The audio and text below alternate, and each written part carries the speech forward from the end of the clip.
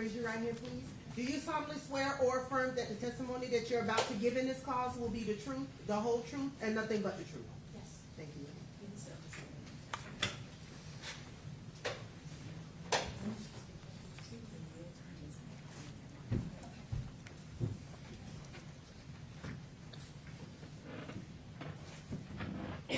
Good afternoon.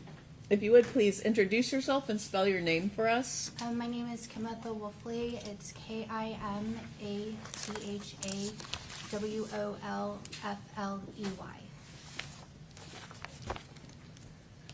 Now, Miss Wolfley, do you go by another name? I go by Kim. Okay. Good afternoon, Kim. How are you? Okay. Okay. Now, do you know someone who went to West Dog Park who went by the nickname Walt? Yes. Okay. How did you know Walt? Going at the same time at the dog park, we kind of like would sit near the same area and start talking, and that's how we started our friendship. Okay, so you said friendship. So what was your relationship? What was your interaction with Walt? Friends, friendly, talked a lot. We even met outside of the dog park as well as our friendship progressed. Okay. Okay, I'm going to ask you to pull that microphone a little bit closer to you. There you go. Okay. Now, this dog park, were there a lot of people at this dog park? Were there regulars at this dog park? Yes. Okay. Now, was there a social clique or a group of friends at this dog park that you would routinely see when you're at that dog park? Yes. Okay. Now, how long were you going to the dog park as of February 2nd, 2024? Prior to that, I was almost going every day, but then my dad had died in 2022, so I hadn't been going every day because I would be going, if I wasn't working, I'd be going back to Citrus County. I'm sorry, ma'am. So for a few years? Yeah, several years. Now, was one of the men that was part of this group someone that you knew that went by the nickname Deck? Yes. Do you see him in the courtroom today? Yes. Can you point to him and identify him by an article of clothing? He's wearing a gray blazer and white t-shirt. Your Honor, may the record reflect that the witness has identified the defendant? Yes. Thank you, Your Honor. Now, did you know Deck or had you interacted with Deck before? No, only at the dog park. Okay, so you only interacted with Deck at the dog park. Correct. Okay.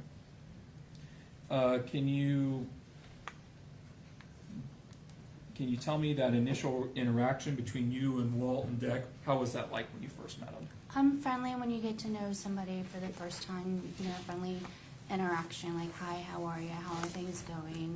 That kind of thing. So it was cordial. It's just Yes. people hanging out with their dogs at the dog park. Yes. Okay. But at some point that changed, right? Yes. Okay. Do you remember why it changed? They would start talking about different topics, and they would have heated discussions, sometimes yelling at each other. And do you mean by they, do you mean by Walt and Deck? Yes. Okay. And what kind of things were these disagreements between Walt and Deck? Politics, like, vaccines, like, Trump versus Biden, or COVID, abortion, you name it, that kind of stuff. So, as you said, there was a lot of stuff going on regarding politics. Did this all kind of start after the pandemic in 2020? No, they would have heated discussions even prior to the pandemic, if I remember correctly. And then, obviously, we were all out of not going to the dog park and then coming back, yes. Okay. Now, if you had to describe sort of conservative, liberal, left, or right leaning, how would you describe Deck and how would you describe Walt? Deck is conservative, right wing, and I would say Walt was liberal, left wing. Okay. Now, these disagreements that you've been describing that were going on with Walt and Deck, how were they playing out? How long were they playing out for? Months, years? Months, several months. Now, were these arguments every once in a while, or did they become more and more frequent? Like at first they were kind of frequent, and then they started not being as frequent. Why did they stop becoming as frequent? Because Walt didn't want to deal with it. deal with the yelling. And that leads me to my next question. You say during these arguments, how did Deck behave during these arguments? Aggressively, like with his voice and yelling and raising it. Towards Walt? Yes. Okay. Now, you would normally sit at the entrance of the pavilion? Yes. Okay. The pavilion, that's basically a structure with a bench under it? Yes, has a picnic table and a bench. And was there several people that hung out at this pavilion? Yes. Okay. So, was there, you said that Walt didn't want to deal with this anymore, right? Correct. So what did Walt do so that he could stop dealing with it? He started sitting at a separate picnic table several yards away from the pavilion. Okay. Now, when the other people of this social group saw this, what did the other people of this social group do? We started sitting at the other picnic table. So everyone that used to hang out with Walt and Deck at this pavilion left that pavilion and went over and hung out with Walt. Yes. Okay. So when this occurred, was the defendant basically almost ostracized from the social group? Yes, he was by himself. So how did Deck react to this? From what I was told, he not. Without Sustain. telling me what other people told you, what you personally observed, what did Deck do to this change? He just stayed at the pavilion by himself. Did you see a change in his manner? He just seemed quieter, more like withdrawn. Okay. Now, did you personally ever have an interaction with Deck? Yes. Now, what were those interactions like? Did those interactions get heated? Yes, there was like one time we were talking about vaccines and he was basically said, "You're an idiot, you don't know what you're talking about." And other times, if he was talking, I just kept my mouth shut. Now, did you confront him at one point? About that conversation? Or just did you confront him about words that he was saying about Walt? No, because the only time was when he had come up to me and called Walt a faggot to my face, yes. But prior to that, no. So you've heard Deck used homophobic slurs about Walt, is that Yes. correct? Okay. Now, and you tried to tell him that's not okay, you told him to stop, Yes, I said, "Do you really have to use that word?" and what did he say? He's like, "You know what, you two deserve each other," and he walked off. Okay. Now, without giving me an exact number, how many people do you think are sort of regulars at the park? At least like 6 to 8. Now, without telling me what people said, do you guys talk with each other about what's going on? You know, of course, about dogs and stuff, but also about what was transpiring between Walt and Deck. Yes. Did you have some general idea what the reputation of the defendant was amongst the people who were the community at that park? Yes. And what was that reputation? That he was aggressive, very hot-tempered individual. Was he threatening? Like physically, not that. Verbally? Verbally, yes. Okay. Now, what you described, was that consistent with the other people in the park that were there with you? Yes. Okay.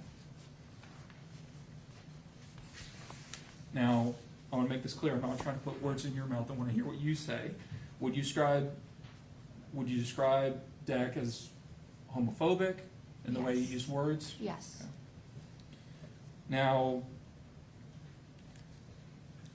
at some point in time, did you receive a video from Walt? Yes. Okay. Now, are you aware that video is a part of this case? Yes. Okay. Now, are you the one that Walt sent a video basically describing that he was told by the defendant that you're going to die, you're going to die? Yes. Okay. But you didn't originally watch the video when you received it, correct? Yes. Why was that? Because he would send a lot of hello videos, and I just thought that's what it was. And plus, I had been working the night before because I work night shift. So when you first got the ping on the phone, you just thought it was another message. Yes. But when you opened the message, you found it very concerning. Yes. What did you do when you received that message? The original text after the video, I told him that he should start videoing any threats that Dak was making towards him. Now, at some point, did your work schedule change and you weren't going to the park as often? Not that I wasn't going to the park as often, I was going later. So you didn't see the group as much as you used to before? Correct. Okay. But had you been aware, I know you already talked about the arguments and conflicts, but had you been aware of a growing animosity between the defendant and Walt? Yes. Okay. Now, I know you just talked about a text to Walt. Did you say anything to the victim about things he should try to do to mitigate the aggression or diffuse the situation, anything like that? Not in anything particular, no. Okay.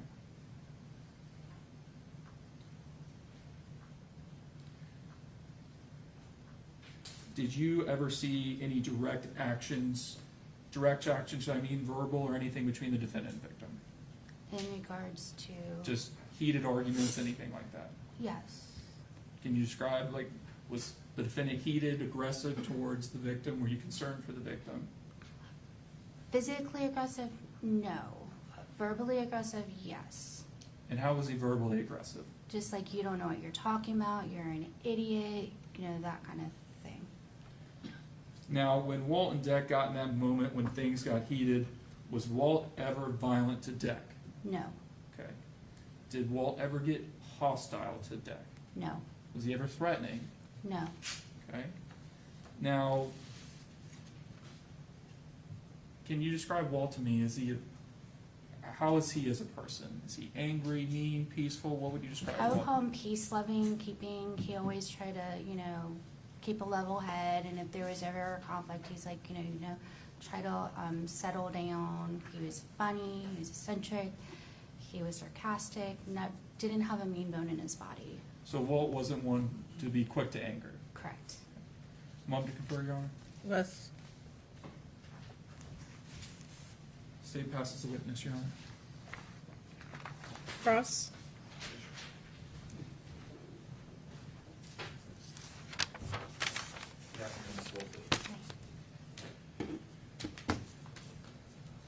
You and Walt were great friends. Yes. Would you say, and I mean this in a friendship type of way, you loved Walt, Yes. consider him family, Yes. and I assume and imagine that when Walt passed, that you were deeply affected by that, Yes. angered, Yes. and blamed Mr. Radford for that. Yes. And it's your belief that Mr. Radford murdered Walt, Yes. and you'd like to see him pay for that. He hasn't going to jail, yes. You'd like to see him be convicted for Walt's death. Yes. Would you say you hate Mr. Radford?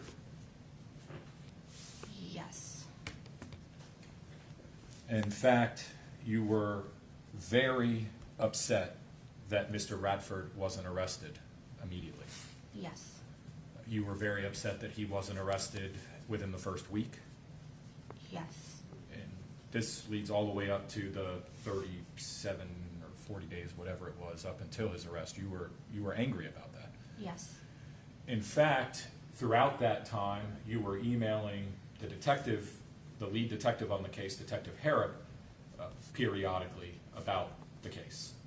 Yes, I gave my statements and the videos that Walt had sent me, and even texts that Walt had sent me. I sent him screenshots. Do you remember when you sent Detective Harrop the video that you just discussed with Mr. Chambers? Yes, it was Monday. I believe it was the following Monday. It was either Monday into Tuesday morning. So 3 or 4 days after the event. Yes. Not a week later, right? No. Not 2 weeks later. No. And did Detective Harrop acknowledge that he received it? I don't remember if it was right away or not. But you sent him that video within 3 or 4 days of the shooting. Yes.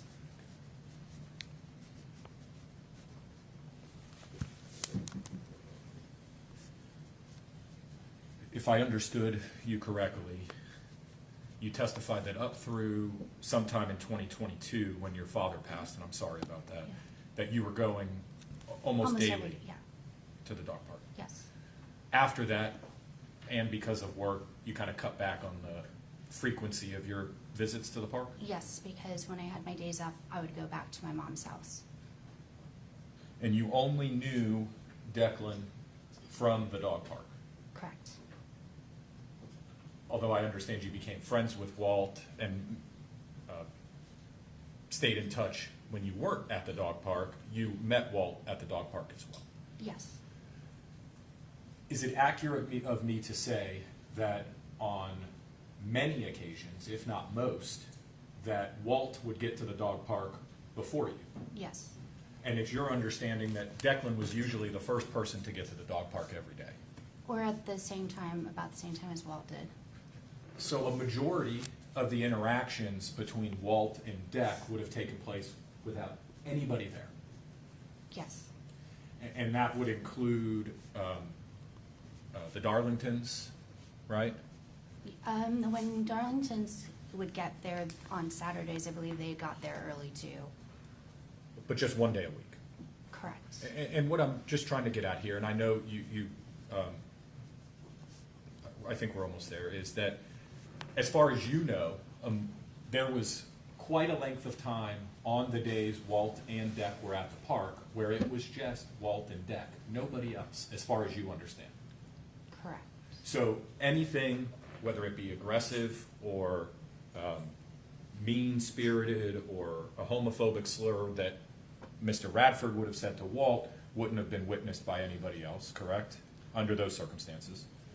At the times that they were there together, Alone, alone, right? And the same could be said that if Walt threatened or riled up or tried to get under Mr. Radford's skin, there'd be no witnesses to that either. correct, if it was just the two of them. Throughout the time that you knew both Walt and Deck, and the times that you were specifically at the dog park with both of them, did you ever witness any physical violence that Walt perpetuated on Declan? No, Did you ever witness any physical violence that Declan perpetuated on Walt? no, You testified to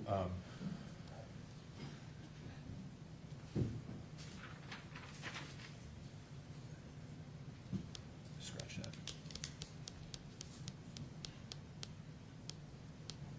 You said that after the group kind of ostracized or splintered away from Declan, that he seemed quieter and more reserved when he was alone, away from you guys. yes,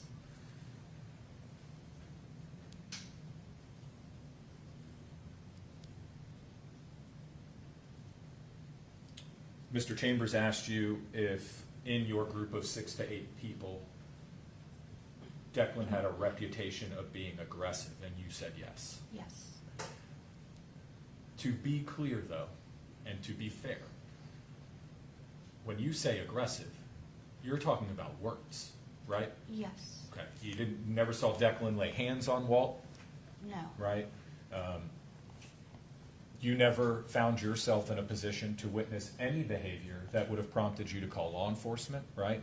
correct, Any behavior that placed you in fear that Walt was in any kind of physical danger, right? correct, Because had you would have called the police. yes, And I imagine the same would have been applied if Walt was being violent or aggressive against anybody, and that you witnessed it, you would call the police as well. correct, But you never witnessed anything that rose to that kind of level. not physical, no, And so the reputation of being aggressive, we're not talking physically aggressive, you're just talking verbally mean. correct,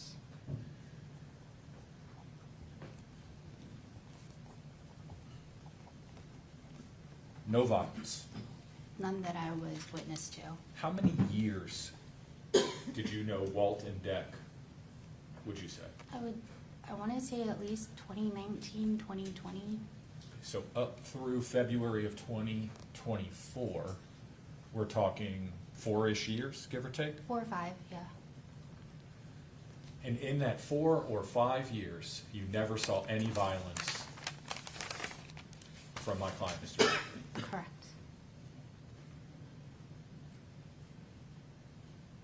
How well would you say you really know Mr. Lay, Walt? I would say very well. Now, Mr. Chambers asked you something about if Walt was peaceful or violent, or that might have been your response, but you said that Walt was peaceful, he wasn't aggressive. Correct.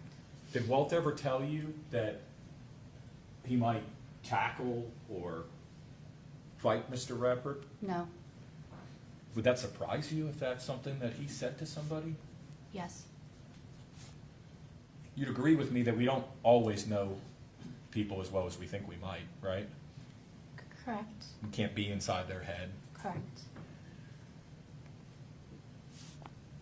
The video that Mr. Lay sent you watched it once you realized that you had received it, right? Yes. And you thought it was important for Detective Harrop to have. Yes. So you got it to him immediately, once you located it. Yes. And as you understand it, that video is alleged to have been recorded roughly around 8 a.m. the day before the shooting. Correct. That's your understanding? Correct.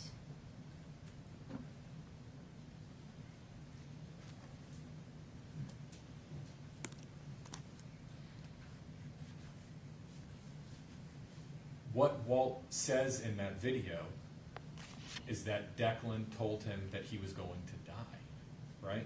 Yes. Did you believe Walt? Yes. Did you think Walt was scared?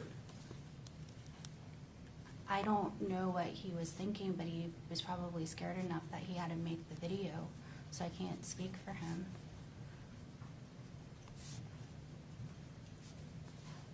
Are you aware that a text message was located on Mr. Lay's phone where roughly 5 hours after he recorded that video, but before he sent it to you, Mm-hmm.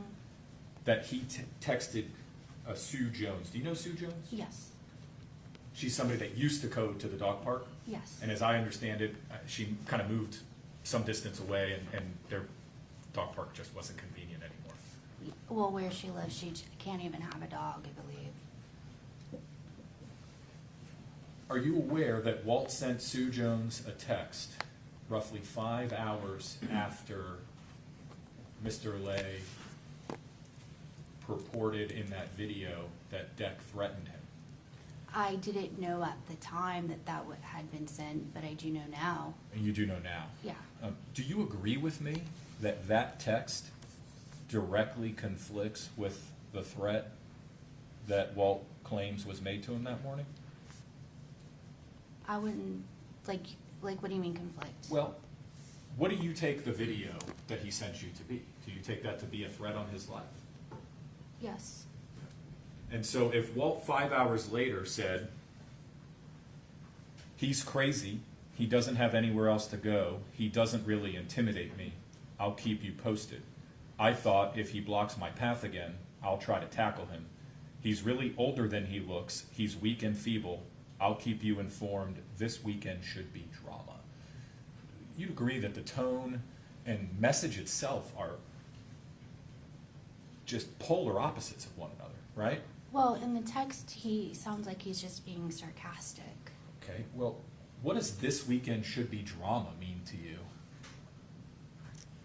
That there's probably just going to be talk about what happened, any interaction that would have happened between the two of them. Okay, so you don't think that when somebody says, I'm going to try to tackle him, he's weak and feeble, he's older than he looks, followed immediately by this weekend should be drama, could be, I'm not saying is, because you and I can't place ourselves in Walt's mind when he sends it, but could actually mean that he intends to get physical. You'd have to agree that it could be that. No. Speculation. Sustained. Are you aware that Walt knew about Mr. Radford's physical ailments? Yes. Okay, so you were aware of those as well. Yes. You were aware that Mr. Radford, Declan, had major shoulder issues, arthritis, bursitis. You were aware of that. Yes. Was everybody at the park? He would tell people about how he was feeling at the park, yes. And he had knee replacements. Yes. So this would be information that Walt was intimately familiar with. He was aware of, yes.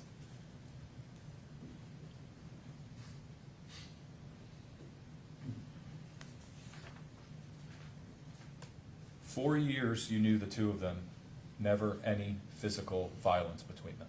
Correct. You received, do you remember what time Walt texted you that selfie video? It was before 8 a.m., I believe. The next day? Or the day of the shooting? No, you're talking about the selfie video you sent me. Yeah, what time did he send it to you? I think it was before 8 a.m. on Thursday. On the 1st. Correct. So if the detective testified that that video wasn't recorded until 8 a.m., how would he have sent it to you before 8 a.m.? I don't remember the exact time. I think it was at 7:59. I'm not, I'm not technically, knowledgeable about that kind of stuff.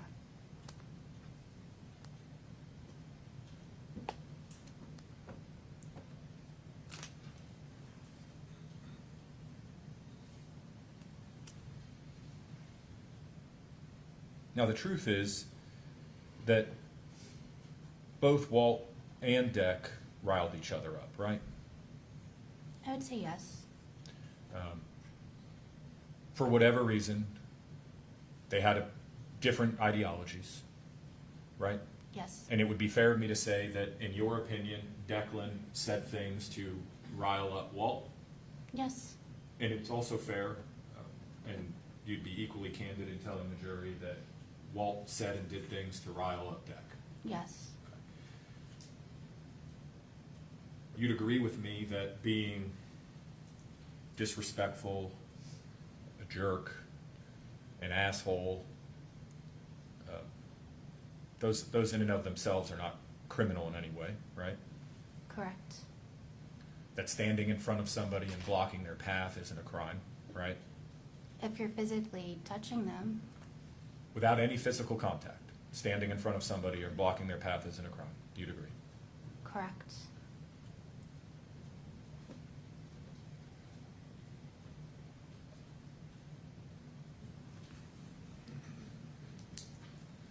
Did you ever reach out to anyone besides the sheriff's office about your disdain for a lack of arrest in this case? Yes. Who else? The newspaper, Which newspaper? Tampa Bay Times. Okay. And what was your correspondence with them? How many times did you reach out? Just the one time on via email. And expressing outrage over the fact that an arrest hadn't been made? Correct. How long after the shooting was that? I want to say Sunday, I believe. Are you aware, or was there any type of organized effort to reach out to the sheriff's office, the state attorney's office, or newspapers or the media kind of over your outrage? Relevance, Your Honor? Sustained.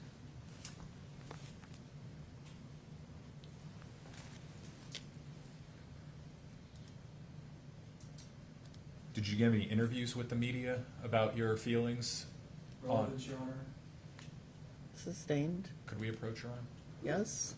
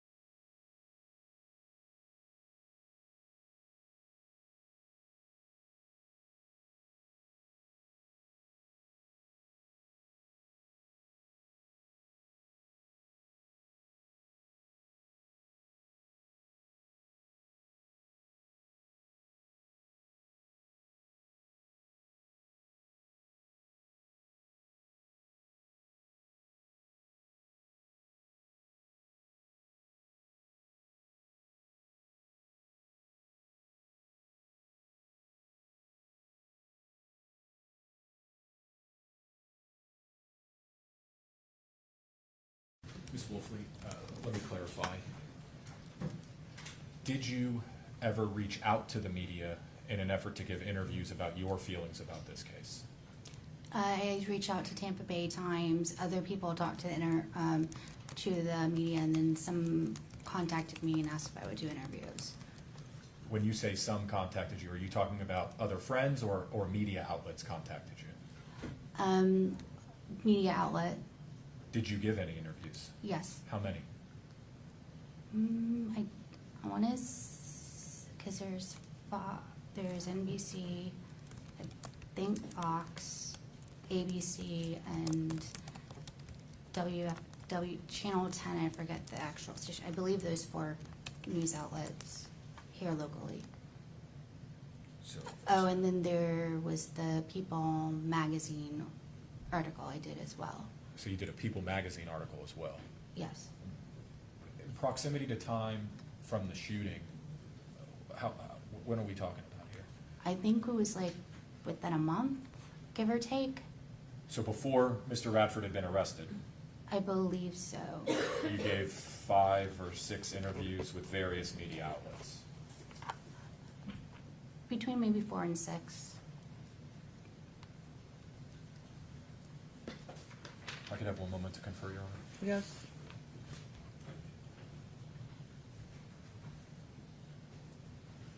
Nothing further. Anything else from the state? No, Your Honor. You can step down, ma'am. Thank you. Okay, thank you. She released from her subpoena? Yes. Yes. All right, thank you. Call your next witness. Sharon Saunders, Your Honor.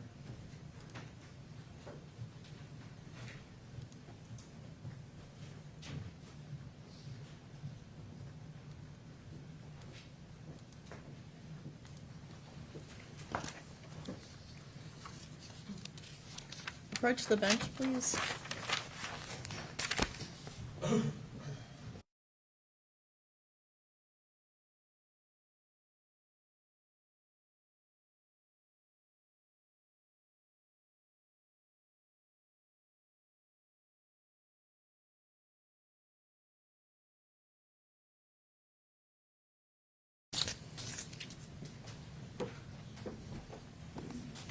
Raise your right hand, please. Do you solemnly swear or affirm that the testimony that you're about to give in this cause will be the truth, the whole truth, and nothing but the truth? I do. Thank you, ma'am.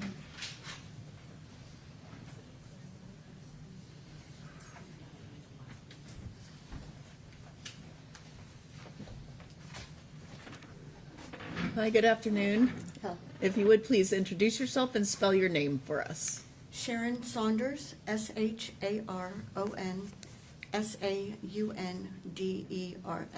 Thank you. Thank you, Your Honor. Hello, Ms. Saunders. Are you familiar with a place called West Dog Park? Yes, sir. Okay. Do you frequent that place? I do. Okay. How long have you been going to the West Dog Park? At least 18 years. Okay. Now, in your 18 years of going to West Dog Park, did you end up meeting a person that you came to know by Mr. Radford, but he had a nickname, correct? You called him Deck? Declan. Okay. Yes. Is Declan or Mr. Radford in the courtroom today? Yes. Can you point to him and identify an article of clothing? He's wearing a gray business jacket. Your Honor, may the record reflect that the witness has identified Mr. Radford. Yes. Thank you. Now, how'd you meet him? I don't know that I ever met him. I just would see him every day when I would go, pretty much. I knew his name from other people in the dog park. Okay. So you'd see, and when I say Declan, I mean Mr. Radford, you saw him from time to time in the dog park? Yes, sir. Okay.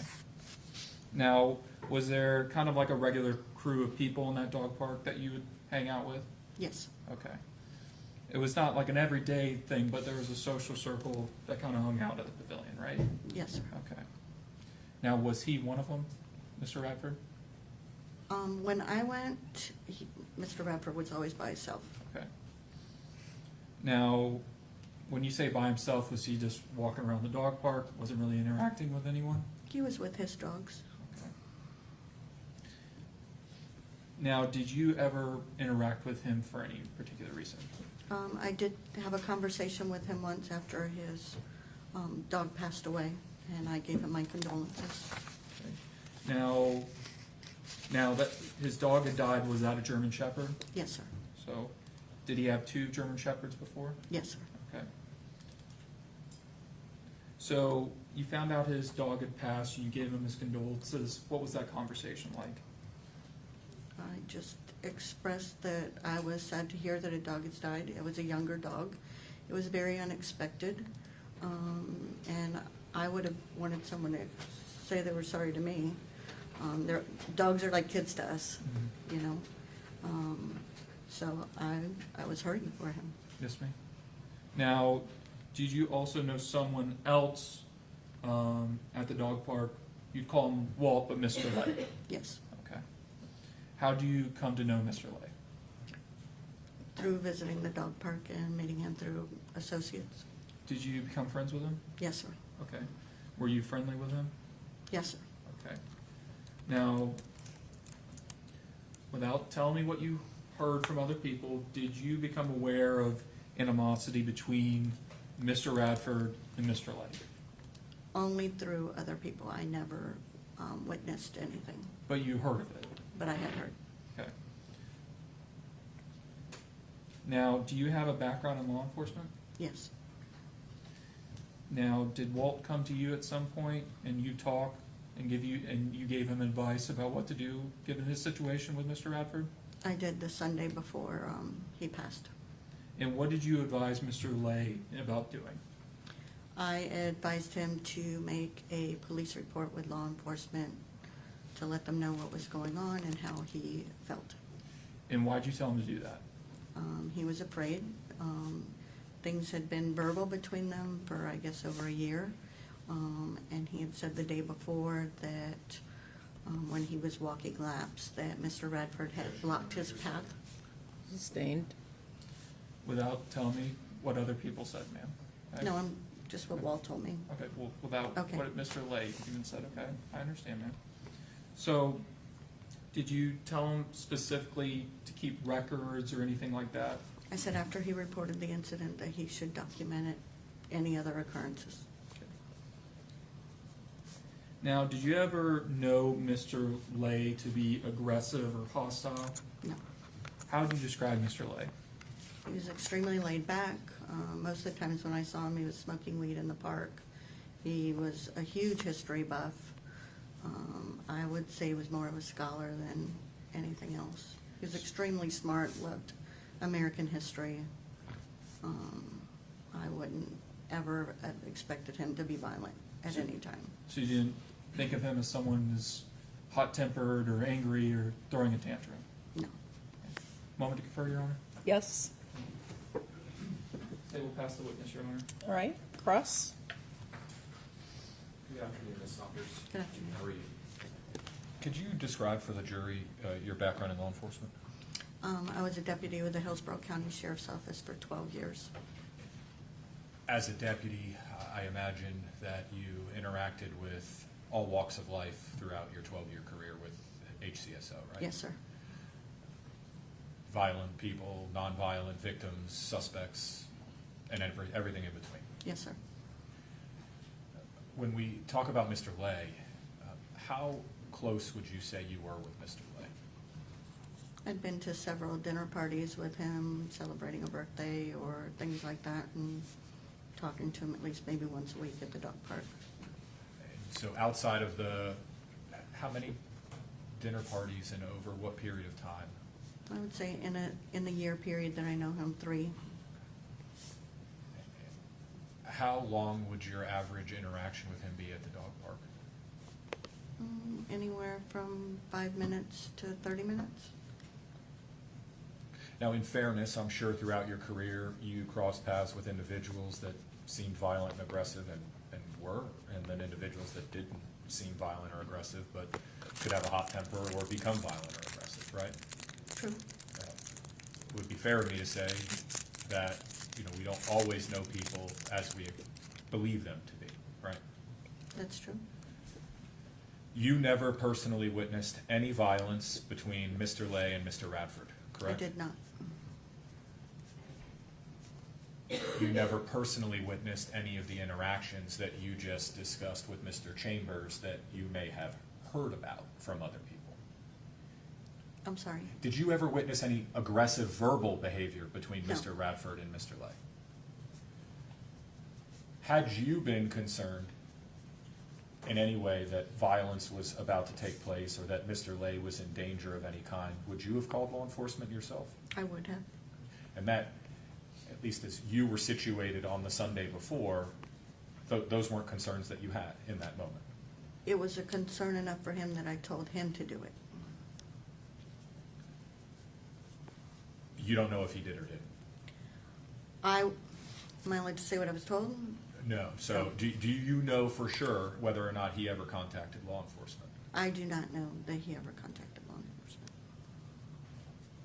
Now, you've testified that Mr. Lay was kind, peaceful, caring individual. Yes, sir. Are you aware that 18 hours before the shooting, that Mr. Lay sent a text message to a Sue Jones indicating that Mr. Radford didn't intimidate him, that if Mr. Radford blocked his path again, that he would try to tackle him, that Mr. Radford is older than he looks, he's weak and feeble, and that this weekend should be drama? I have been made aware of the text, not to that extent, but I know that one was sent. In line with the question and answer from a few minutes ago, where you indicated that we don't always know people the way we think we might, that would not be how you knew Walt, that kind of message or language. No, but I could see why he would have done it out of frustration. Well, had up to, throughout your time knowing Walt, or I'm sorry, Mr. Lay and Mr. Radford, had he ever said anything like that to you? No, So in the years leading up to February 2nd of 2024, you had never heard Mr. Lay in any way, shape, or form talk about tackling somebody no. I only knew him for a year. for a year. You never heard him talk about tackling somebody, No. referring to Mr. Radford as weak and feeble, No, relishing in causing drama. no. And so while you had never heard him, 18 hours before the shooting, you understand that he sent that message to a Sue Jones. I know a message was sent. I don't know the timeline or anything. Do you hate Mr. Radford? No,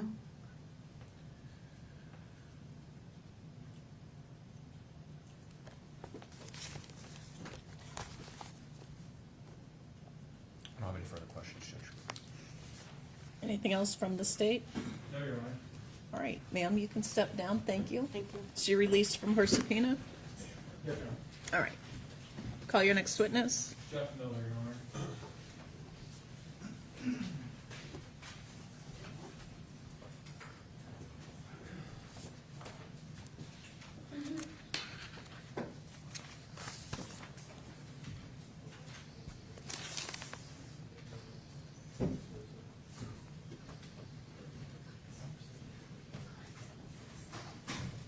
Raise your right hand, please.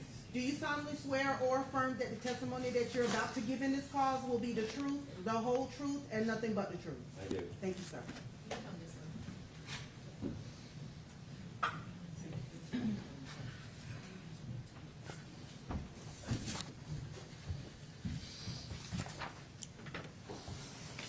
Good afternoon. If you would please introduce yourself and spell your name for us. My name is Jeff Miller. It's Jeffmiller.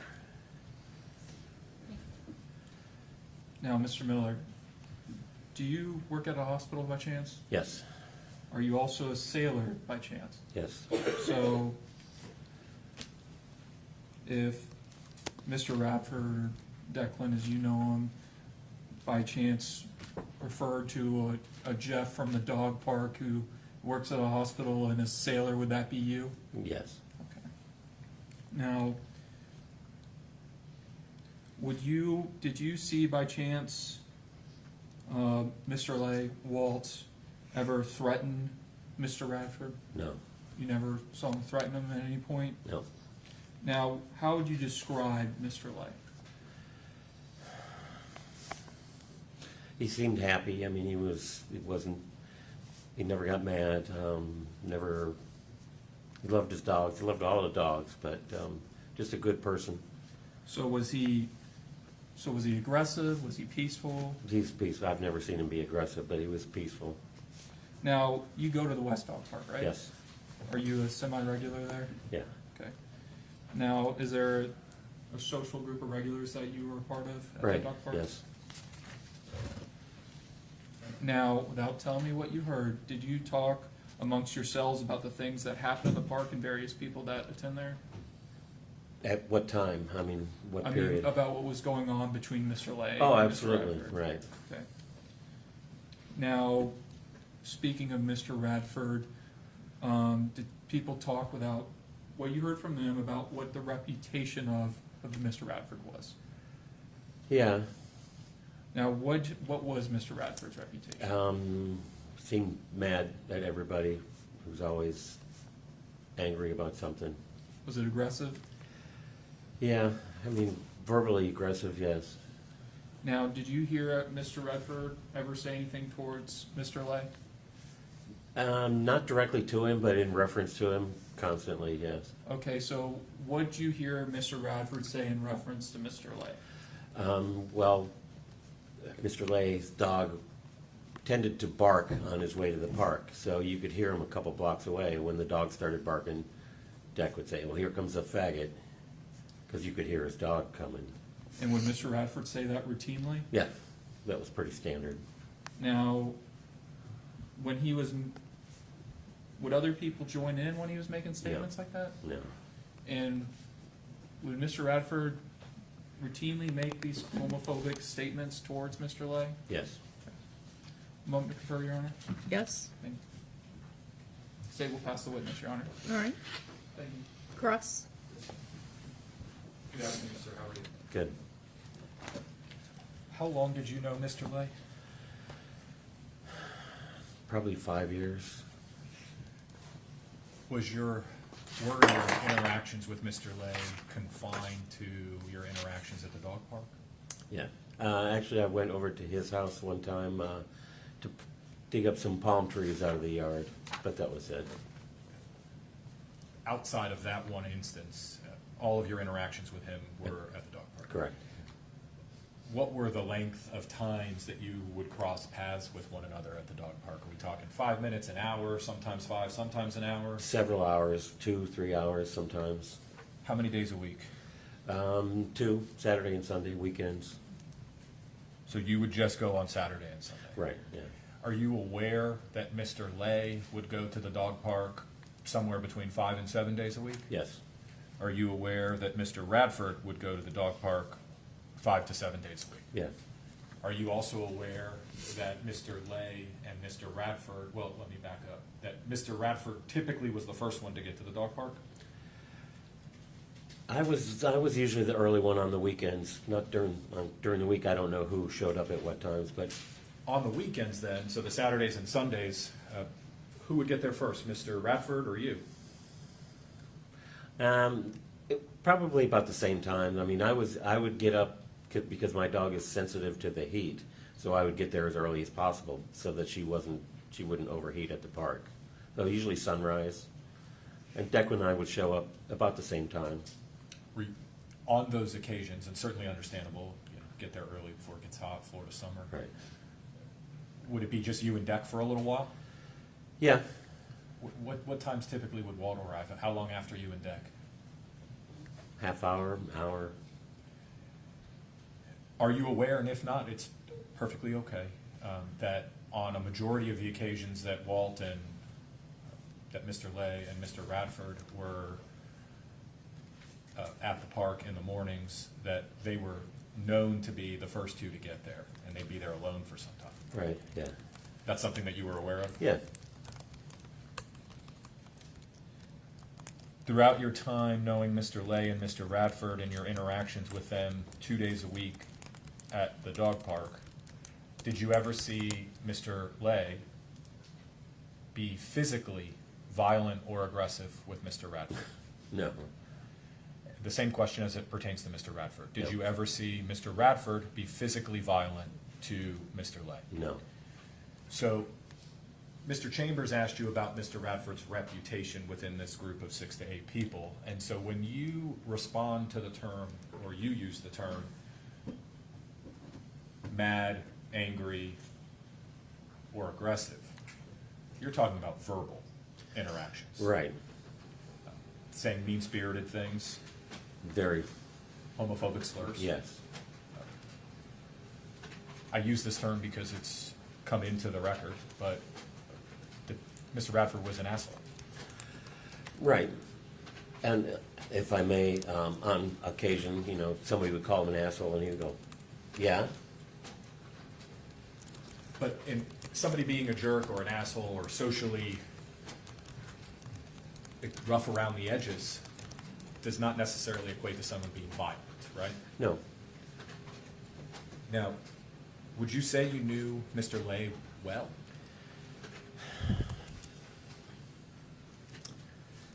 Fairly well for the casual relationship, yeah. You referred to him as a happy, never mad, good person. Right. Just pacifist. Yeah. Would you also agree with me in that we don't always know people as well as we think we do? Oh, absolutely.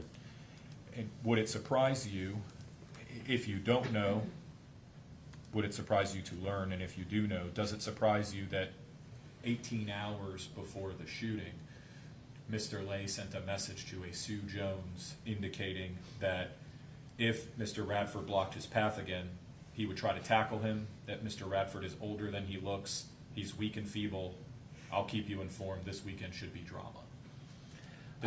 I would be surprised, yeah. Okay, so that's not how you thought you knew Mr. Correct. Would you have pegged Mr. Lay to be somebody that relished in starting drama? No.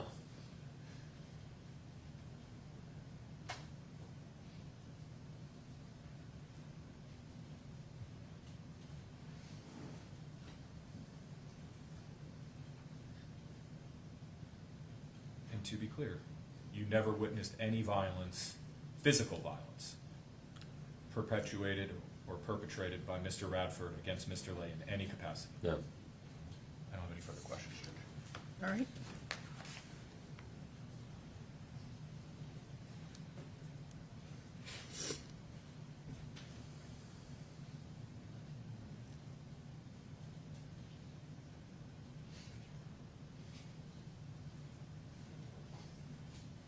Anything else? Yes, Your Honor. All right. Mr. Miller, Yes.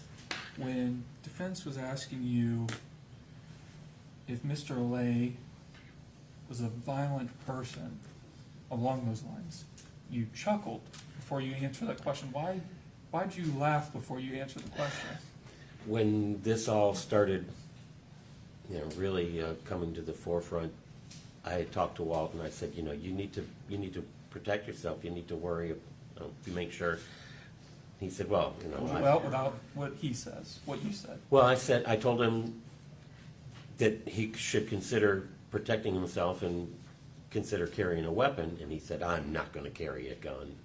So he didn't, from what I was getting from him, he didn't seem too concerned that it was going to escalate to the point that it did. He told me that he felt sorry for Mr. Radford. So you thought he was just a peaceful person, Yeah. Mr. Lay, and Right. that he wasn't going to raise a fist? No. Moment to confer. No further questions. All right. You can step down, sir. Thank you. He released from his subpoena. Yes, Your Honor. Thank you. Any objection? No objection, my fault. All right. Thank you. Call your next witness. Paul Gumbert, Your Honor.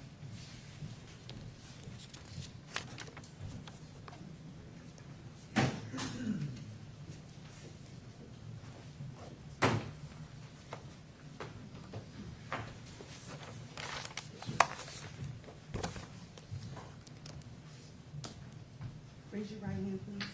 Do you solemnly swear or affirm that the testimony that you're about to give in this cause will be the truth, the whole truth, and nothing but the truth? I do. Thank you, sir.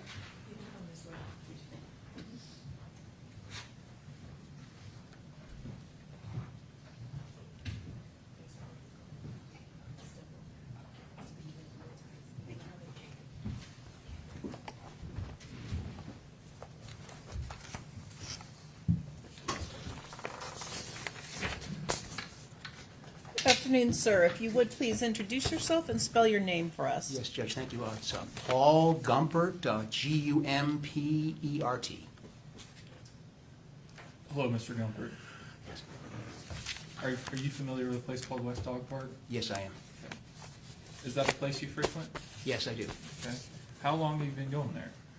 6 years, pretty consistently, every day. Okay. Now, in the 6 years, did you come to know a guy by the name, you called him Deck, but I'm referring to Mr. Radford? Yes, I did. Okay.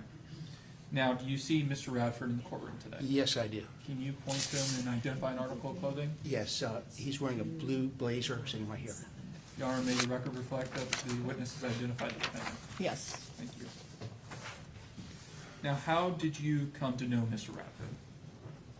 And by Mr. Radford, I mean Deck. I had a dog that was a very bounding, running around kind of dog, and when that dog was passed, I got a dog that stayed with me, and so I'd walk in and go directly to the pavilion area of the park, and that was in late 2001.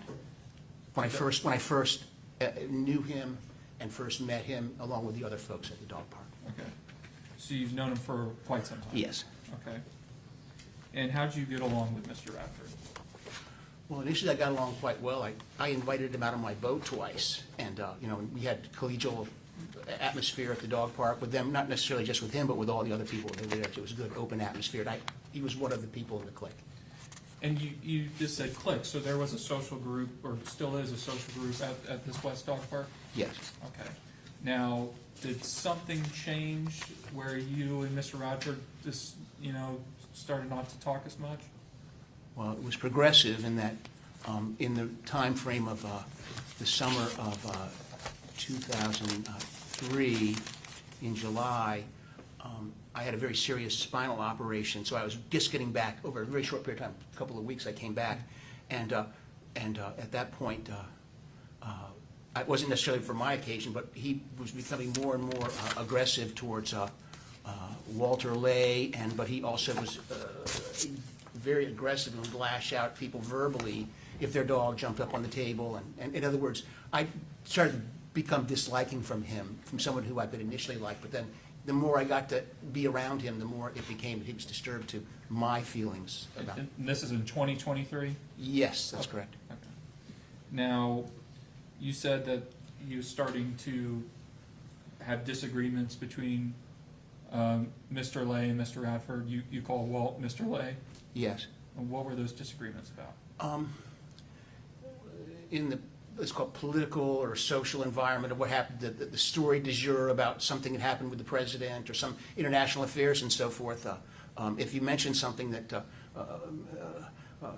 Mr. Radford would chime right in and be very aggressive about saying how dumb he would be, and that was what he was doing to Walt because he was fairly liberal and apparently it was objectionable to him. So if we were talking about something and Walt would say something, it would really get his ire up and he would lash out at him verbally. And to clarify, who would lash out at who? Deck Radford would lash out verbally and aggressively towards Walt and just berating him, calling him slurs, sexual orientation slurs, that he was dumb and a liar and stuff like that, and don't trust him. And what were some of these statements, these homophobic slurs that he said? Faggot, fucking faggot, and he also yelled out that he was a groomer, stay away from him. A young person was walking with him, and he yelled out, he's a groomer, stay away from him, be careful. And everyone could hear him. He was saying it so loud, they were 40, 50 yards away, and he was saying it so loud everyone could hear it. He was warning this young man to be awake, to stay clear of Walt, because he was a groomer. Now, you said that there's a group of people that used to hang out in the pavilion, right? Yes. Okay. Was there a certain point when all this started to heat up that the group kind of split up from the pavilion?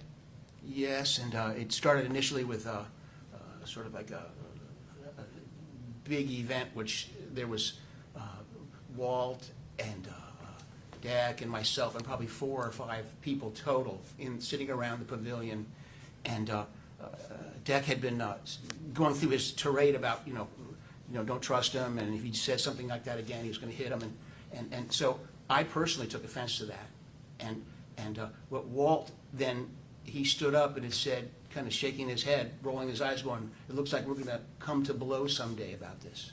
So you heard Walt at one point say, "We're going to come to blows someday."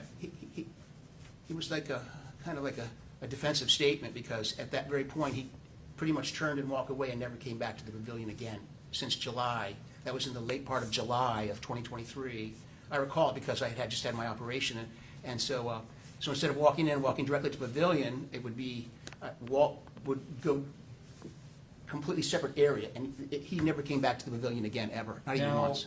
before Mr. Lay said this statement to Mr. Radford, what was Mr. Radford saying to Mr. Lay? Was he making a bunch of angry statements towards him? Was he saying a bunch of aggressive statements towards him? He said he's a liar, and that don't trust him, and I'm never going to take any more lies out of him. And it kind of like, and it kept circling back to the same discussion. And he would get up and walk around, and then come back and sit back down. And we were all sitting around the table. It was kind of like being dismissive, but it just ratcheted up too much. It was just too much for Walt to deal with. So was this just going on for a period of time that Mr. Radford was just repeatedly coming after Mr. Lay? Yes. That led to Mr. Lay finally having enough, and in a moment, just fed up, said, we may come to blows one day. It looks like we're going to come to blows someday about this. But this is after Mr. Radford repeatedly Yes. was making statements That's towards correct. Mr. Lay. Yes, that's correct. And after this blowout between the two, Mr. Lay separated himself from Mr. Radford. Yes, that's correct. And can you describe me what was the separation? How did Mr. Lay separate himself from Mr. Well, Radford? as you walk into the park, immediately the only real place it's established to be is under a covered pavilion with a big, giant picnic table underneath of it. So instead of doing that normal spot with his water fountain and everyone sits there and then everything else, about 25 yards off, 30 yards off to the left, maybe more than that, from the opening way, maybe 35 yards to the left, was a picnic table, a metal picnic table under the trees. And he went over and sat there by himself. And then at that point, I felt like, and it certainly happened to be, that I felt like I wanted to go sit over there with him too. And so everyone else kind of like in that same format of being unhappy with being with Deck at the table under the pavilion, which is a pretty intimate little small area, that they had had enough. And I can't speak for them, but I could see what their actions were, which were to not go sit with him at the table ever again. Or Well, Mr. Gumbert, so the pavilion that you usually set up is right at the front of the gate, right? That's correct. Well, it's just off to the right about 12 or 15 yards. So Mr. Lay had to actively walk way into the park to separate himself from Mr. Radford. That's correct. And he did this routinely, Every day, every day? yes. Every time he was at the park. Okay. And then you said the rest of the group that you were hanging out with almost split off from Mr. Radford. Not that day, but slowly over time, maybe within about 10 days or so. And it was because of the, I can't say because I wasn't there listening to him, but I had developed a picture where I did not want to be around him. So I didn't ask other people. They said, quite literally, I've had enough of that. And that would be why they would come over there. Now, did you ever see Mr. Radford personally, become physical or try to get in the way of Mr. Lay? Yes. Can you describe that to us? In the dog park, where the pavilion and the entranceway is, the circumference of the park is fairly large, good walking distance. And when Walt and some other folks that were people who were in that the walkers who walk around every time, that came around very close, within about 5 yards of the pavilion. And as he walked in the pavilion, he was walking along the edge around and come back around like this. Deck got up from he sat on the edge of the table, and he stood up and he came over and got into his way. He watched him, and he went over and intercepted his path to get in front of him. And upon doing that, as they were getting within 7, 8, 5, 4, closer in distances, Walt stopped and tried to go to the right, and then Deck maneuvered to the right. Then he maneuvered to the left, and Deck maneuvered to the left. And he goes, "What do you want? What are you doing?" This is what Walt said to Deck, and Deck was just being mischievous, I guess, and getting in his path and trying to stop his progress of making his walk around the park. So let's circle back. So you saw Mr. Radford actively get up from the bench in the pavilion. Yeah. And go out of his way to intercept Mr. Lay, who's just trying to have a walk. It was pretty close. It couldn't have been more than 5 yards. and then you saw Mr. Lay try to defuse the situation by stepping out of the way, Yes, and Mr. Radford then basically mimics yes. his way of walking, To each side, yes. each side. So he attempted both ways to try to get out of the way of Mr. Radford. That's correct. Now, can you describe Mr. Lay to me? What do you think of Mr. Lay? He was a very affable, he was sort of, I refer to him as like the mild-mannered type, good personal joy. He had a lot of physical disabilities. He couldn't breathe very well. And so we had something in common. It's like I'm handicapped, and he had that handicap of not being able to breathe very well. He was going coughing fits. He was a very non-physical type of person that would be in any way using himself as some sort of implement in any way. He was very calm, relaxed, dismissive. If there was pressure put on him, he would simply just ignore it and walk away. And that's pretty much the kind of guy he was. He also was the social chairman. He played the music. We talked about social stuff and news and du jour items that people talked about at the dog park, the joy of the dogs, what's going on with the dogs. He was always involved at the highest level, socially really enjoying the situation. And that it was very much impeded by, I mean, impeded is the wrong word, but it was disrupted by Deck, because he would just always be on his case and talking so loud that you couldn't miss what he was trying to say to him. Now, Mr. Lay and you were close, right? We were good friends, yes. Mr. Lay even took care of your dog at one point, right? Yes, he took care of my dog a couple of times, and then apparently the day of the shooting, he had the dog that day. He had him a couple of days before too, and it leads to some other incidences. But the dog was there when the incident happened. Moment to confer, Your Honor. Yes. Thank you. State will pass the witness, Your Honor. Good afternoon, Mr. Cumber. Good afternoon. You consider you and Walt very good friends? Dog park friends, yes. Different levels of friendships, right? There's, circles of love, so to speak. There's family love, there's friend love, but did you love Walt as a friend? I liked him as a friend. We didn't ever have a meal together or do anything social together except at the dog park. You describe Walt and your memory of Walt as, a good, gentle, kind person. Very much so.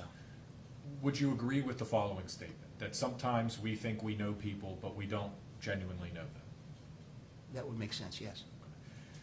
So outside of your interactions with Mr. Lay at the dog park, did you really know him?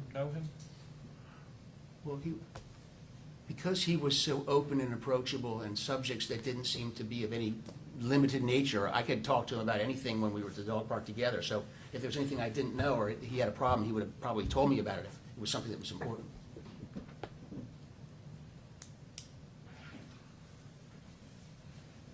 To be clear, you never witnessed any physical violence between Mr. Lay and Mr. Radford. That's correct.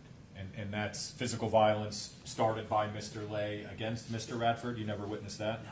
And you never witnessed physical violence started by Mr. Radford on Mr. Lay? None, never saw it. You described within the circle of 6 to 8 people that I guess were in the morning crew? Yeah. And weekends too, yeah. And weekends too. Yeah. That Mr. Radford was verbally aggressive. Yes. Mean? Ugly, Never physical. never physical. And you knew the two of them for 6 years? Yeah, I'd seen him before then, but as I mentioned, I had my dog that was an Airedale, and they run at large, so I was always away from where these people were. But then when I got a dog that stayed right with me, I would just walk in and sit down there. So that was right around 2001, early 2001. So it's the 6 years you knew the two of them. You never once witnessed any physicality, No. actual physical violence. No, I would have acted if I did. And that was going to be my next question. If you were ever concerned for anybody's safety, whether it be Mr. Lay, Mr. Radford, or anybody else in the morning crew or the weekend crew, I imagine that you personally would have called law enforcement. Well, I was intending to, and there had been discussion exactly to that effect 2 days before the incident. Did you call law enforcement? Actually, no, the agreement was, this was at an impromptu meeting at Albert's house when I was Albert lives next door to Walt, Albert Darlington. I was dropping my dog off, and as soon as I pulled up, Albert came running to me and said, We can't hear what other people said? Okay. Okay? Okay, that's fine. I'm My fine with that. Okay, that's question good. is, and it's just a yes or no, did you call law enforcement out of fear for Mr. Lay's safety? I understand that you said that you wanted to. Yes. Or that you planned to, but did you? No. Okay.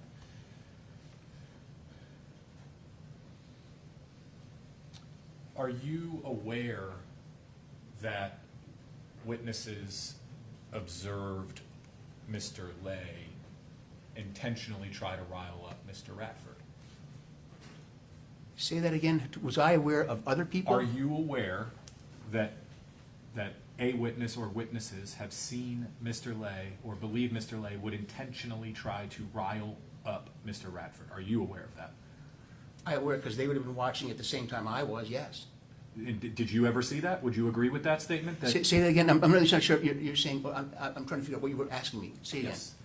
Did you ever witness Mr. Lay intentionally try to rile up Mr. Radford? Mr. Lay, I would say he was talking, his part of a discussion, which would probably be some way intentioned to say something that perhaps he didn't like a social item or something about the most recent news. And it would be, I'd be willing to say that he did that to everybody, and everyone did it back. It was a very collegial, colloquial atmosphere of talking about subjects. I don't think Walt was ever in trying to antagonize anyone. I think he was, maybe we're saying, you know, if you want to talk to somebody and you know that they're not the same as you, they might say something different. I'm sure he was intended to get a different answer out of Deck. I mean, like a very, very different answer. Okay. So if I'm understanding you correctly, you believe that at times Mr. Lay would say things that he knew would maybe to some extent, whether small or large, get under Mr. Radford's skin? I would say that it wouldn't be, I'm saying under someone's skin, I don't understand what that means. What are you saying? Rile somebody up, piss them off, make them angry Okay. on purpose. No, I don't think that was the way, no. Okay. Would it surprise you if a witness said that Mr. Lay in fact did do that with Mr. Radford at the dog park? Well, it would All not right, surprise me. approach the bench, please.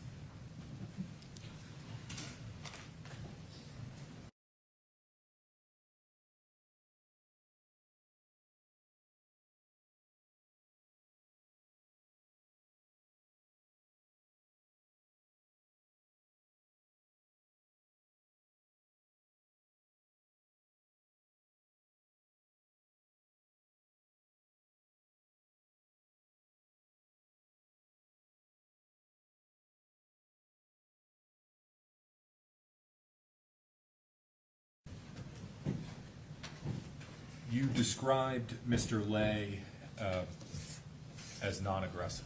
That's correct.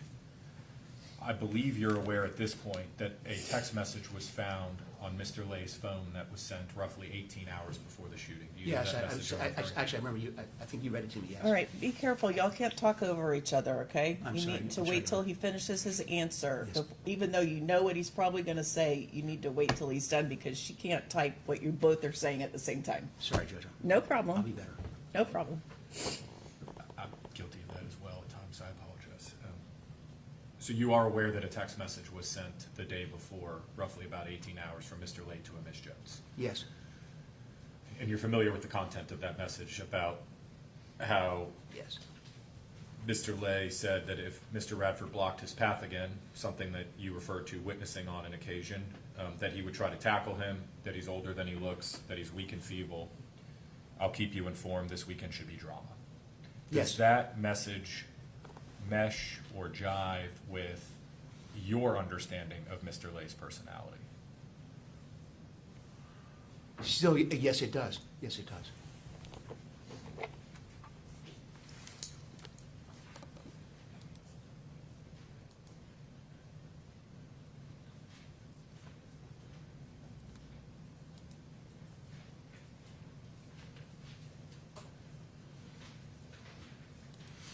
And to the best of your recollection, what exactly was it that Mr. Lay said when he that first day, that kind of the first official moment of the splinter, when Mr. Lay walked away in frustration, if that's a fair way for me to refer to it? That is, yes. What exactly did Mr. Lay say? He said, "It looks like we're going to come to blows someday about this."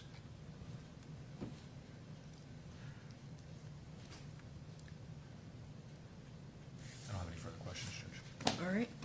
Anything else?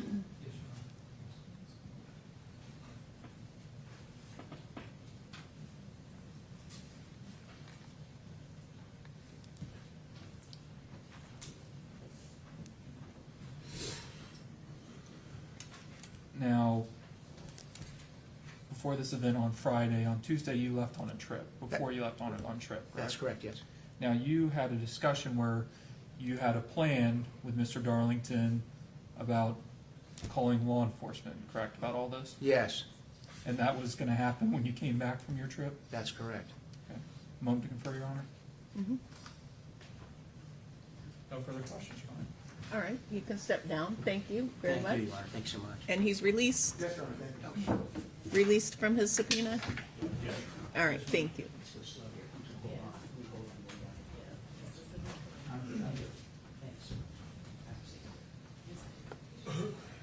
Call your next witness. State calls William Genovese.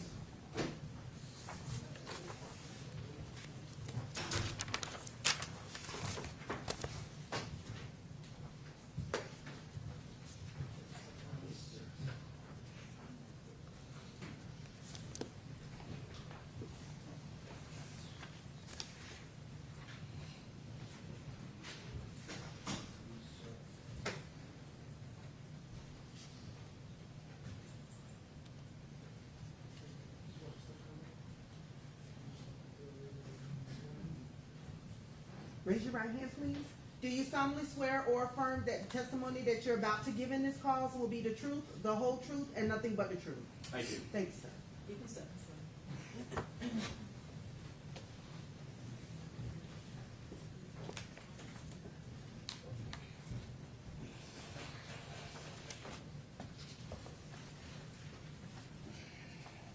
Hi, good afternoon. Hello. If you would please introduce yourself and spell your name for us. William Gerald Genovese, Genovese. Afternoon, sir. I want to ask you about a place called the West Dog Park. Do you know that location? Yes, Is that a place you frequented before? yes. Tell me about your history of going to West Dog Park. When did you start attending, and did you ever have a lapse in attendance?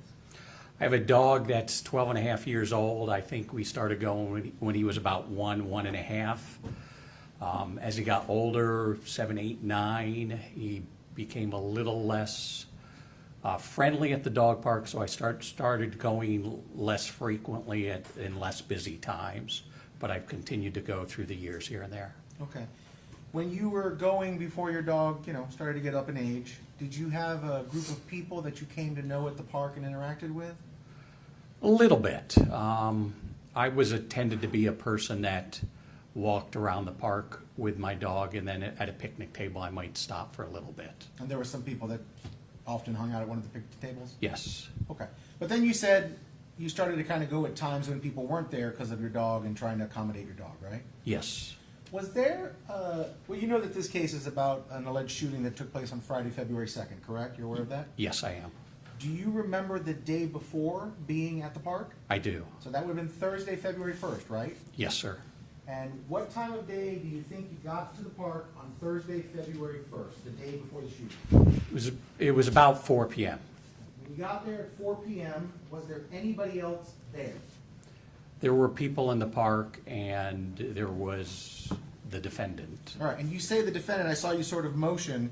Can you please point again and describe exactly the person that you're pointing at? Deck with the white beard and the blue jacket on. Your Honor, I'd ask the record reflects to identify the defendant. Yes. All right, so the defendant is at the park that day at 4 p.m. roughly on Thursday, February 1st. Do you end up striking up a conversation with him? Yes, we essentially drove in at the same time and got out of our vehicles at the same time. Okay. And so at some point you guys started talking? I said, hey, recognizing him, but really not remembering his name. Right. One of those things where it's a face is familiar, but you can't remember the name. Yes, I hadn't been at the park really that much, and he seemed upset. Okay. Did he seem to recognize you? Yes, Okay, so he recognized at least you were one of the people that used to come to the park. yes.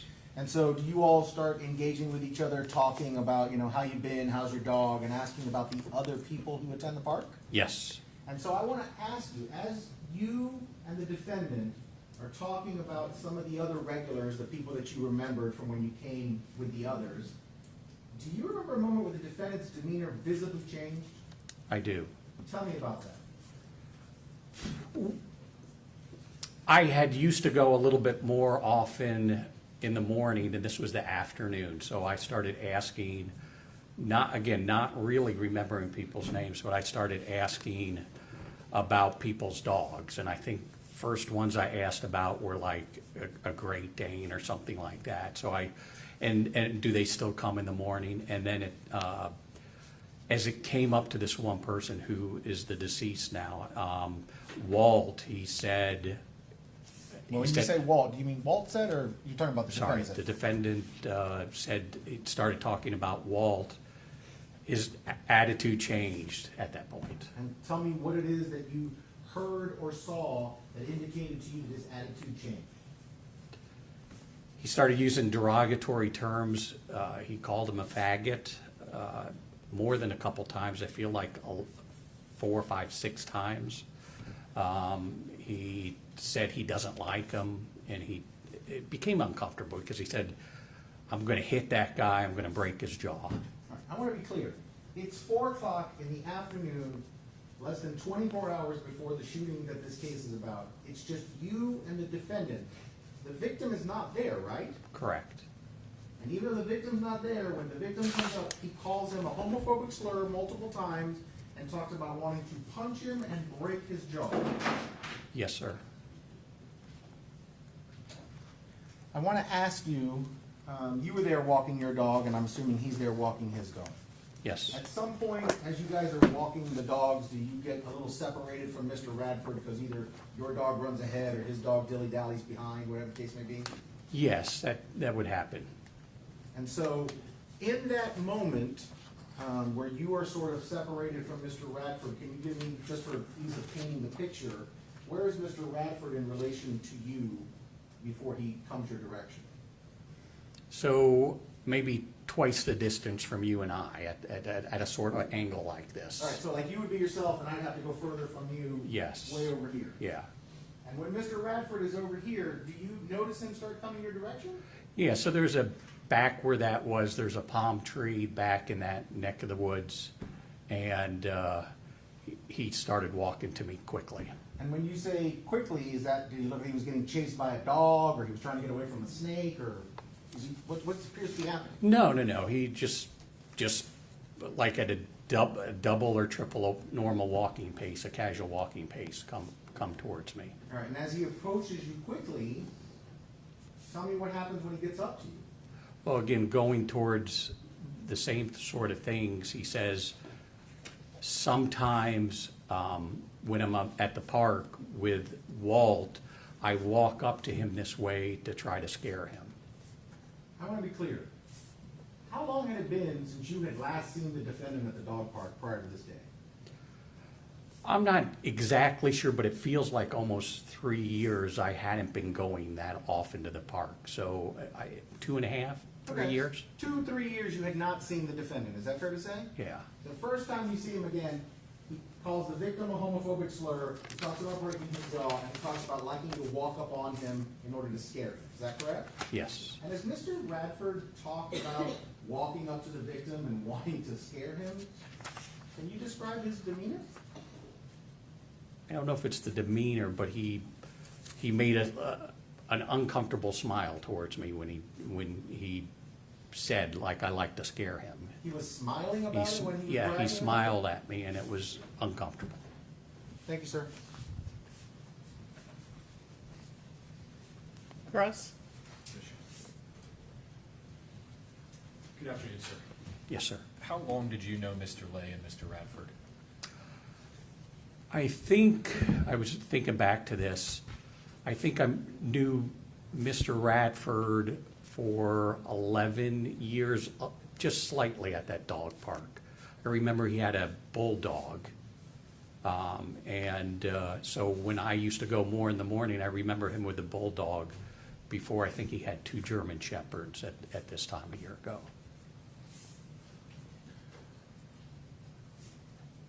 When was the last, I know you mentioned that you hadn't seen Mr. Radford for about 3 years? Yes. How about Walt?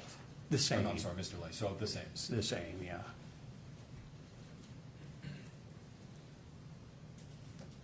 When is the first time you advised law enforcement of what you just testified to today? How long after the shooting? Do you remember? 6, 7, 8 days, maybe? How did you do that? By email? Yes, I made a call, and when I made a call to the state, I wasn't able to get somebody immediately, but then somebody was able to give me the name of a Detective Herod or Herrick or something, and I talked to him on the phone, and he said, please send in a written statement with your information on it by email.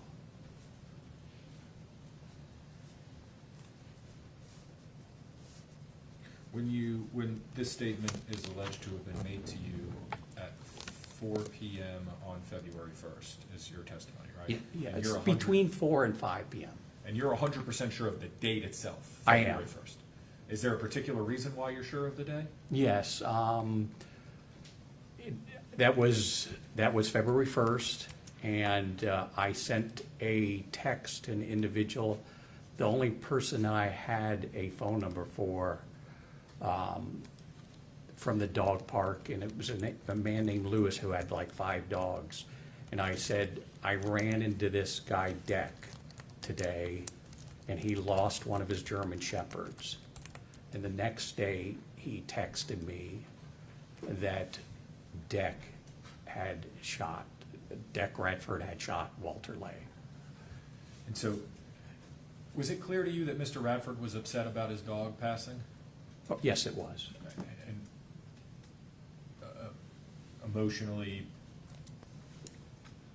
an emotional wreck, would that be fair? Well, I know I was empathetic, obviously, for somebody who said their dog had passed, yes.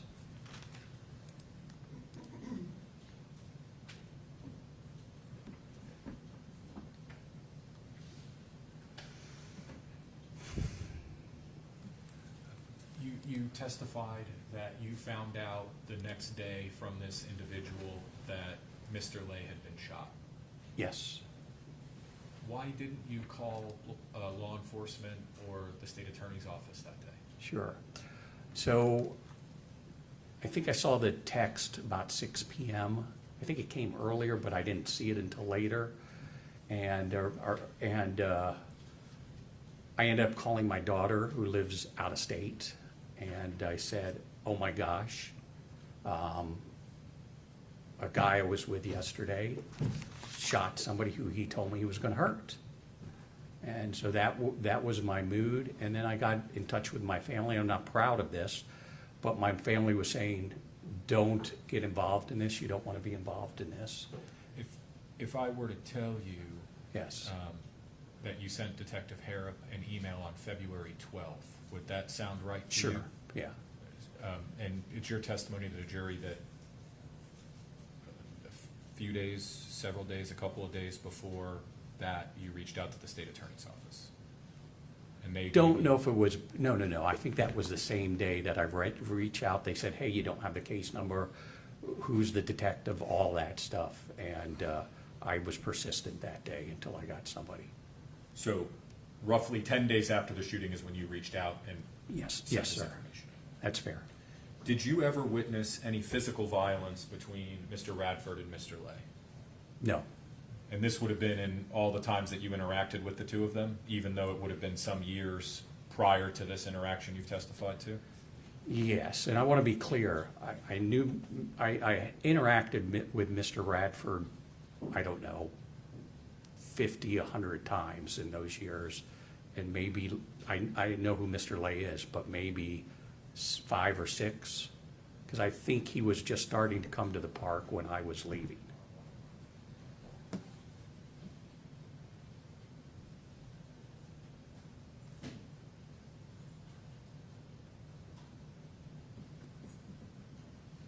I don't have any further questions, Judge. All right.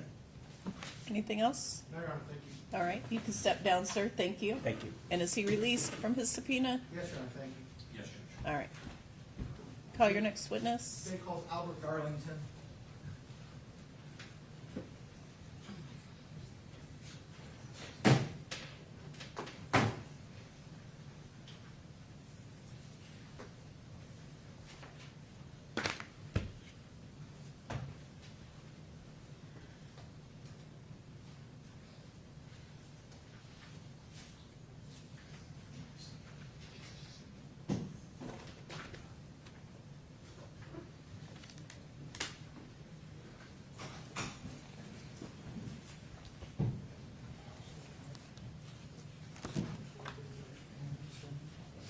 Raise your right hand, please. Do you solemnly swear or affirm that the testimony that you're about to give in this cause will be the truth, the whole truth, and nothing but the truth? Yes, I do.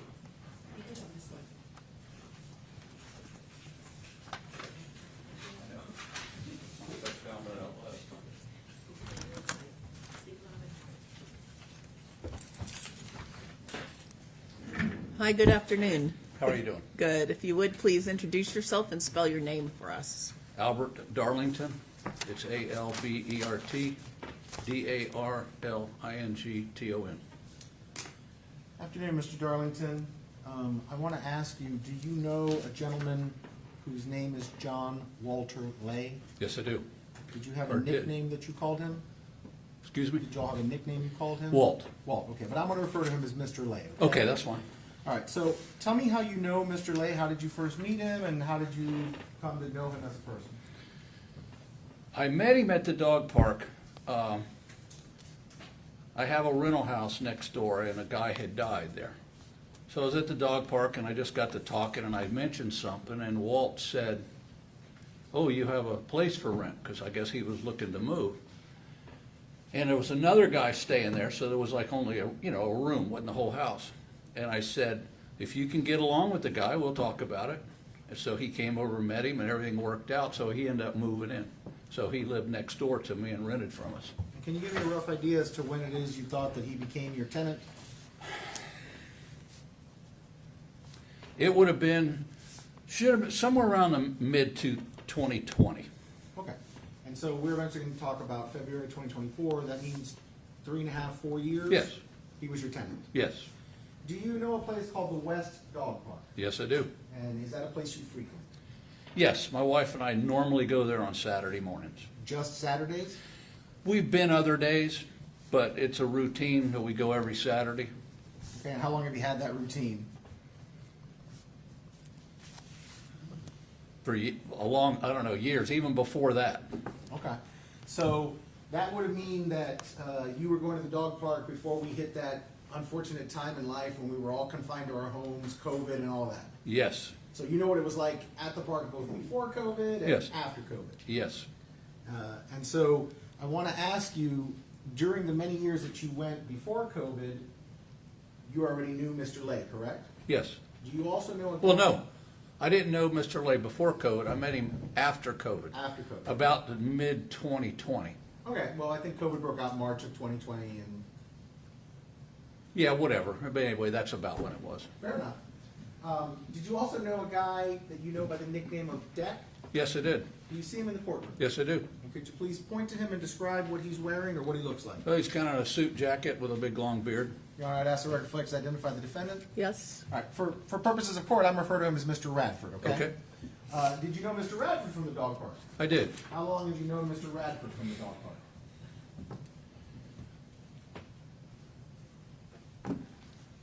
I don't know, longer than I knew Walt. Okay, well, you knew, So, you know what, time flies by, and I don't know how long, but it was a pretty good while before that, because he had that's when he had his bulldog Church. And so that was before he got the ones that he had at the time of all of this. And what kind of dogs did he have around the time of February 2024? Two shepherds, basically German shepherds. They were mixed with something else, but that's what they were. And somewhere, not super long, but before the shooting, had Mr. Radford lost one of those dogs? Yes. Okay. Now, I want to ask you, on the Saturdays when you go to the dog park, but if you go on another day too, is there kind of like a collection of usuals, regulars that are at the park? Oh, yeah. Yeah, Tell there me sure who some is. of those people are. Do what now? Tell me who those people are. Can you name some of them? There would have been Jeff, Paul.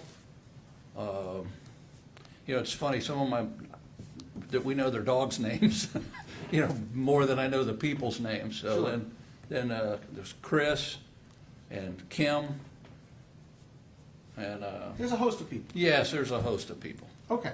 And was there a time when the normal procedure for the group at the park, the regulars, to hang out at a pavilion? Yes, And if I was to tell you that when you go into the dog park, you look to your right, there's like a pavilion there with like a picnic table. yes, Is that the pavilion you're talking about? yes, And people would hang out at this pavilion and socialize while the dogs are being dogs. yes. And you know, you spend, your main focus is keep an eye on your dog, make sure they're not, you know, messing up or anything, and then you're kind of in between talking to people. So it's not like your main focus is not talking to the other people, it's keeping an eye on your animals, you know. And so these people are not your best friends in the No. world. They don't come to your house for dinner No. or anything. No. But you know them. I know them, I don't know them outside of the dog park. And tell me how you all got along once upon a time underneath the pavilion. We got along good, you know, and, you know, we joke around and kid each other and rag, just like a bunch of people do, you know, and you kid each other and you know, talk and, you know, that's, You got along. got along fine. I'm assuming you did not all sit lockstep in opinion on every topic that people might discuss, though. No, right? not at all. As a matter of fact, Walt and I, we had some pretty serious political conversations. He was much different than me, but it's like, so what? I don't care. I mean, you have a right to your opinion, and that's fine. You know, he told me why he believed what he believed, and I told him why I believed what I believe, and that's fine. And would it be fair to say that in the nature of living through those times, you guys might have discussed things like politics, COVID, mask mandates, vaccines, those sorts of topics? Pretty much anything could have been talked about, yes. Okay. Did Mr. Radford participate in those conversations? Yeah, sorta. You know, I can't exactly remember. I mean, he would, you know what? I don't know right this second. I can't tell you for sure. I don't want to say something I don't exactly remember. Well, let me just ask you this way.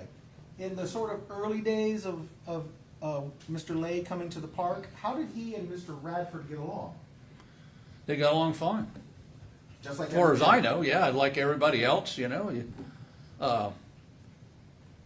You know, I didn't ever see any problems. Okay. Did that change? It did. And tell me what you remember about when it changed or what you saw that might have led you to conclude why it changed, anything like that?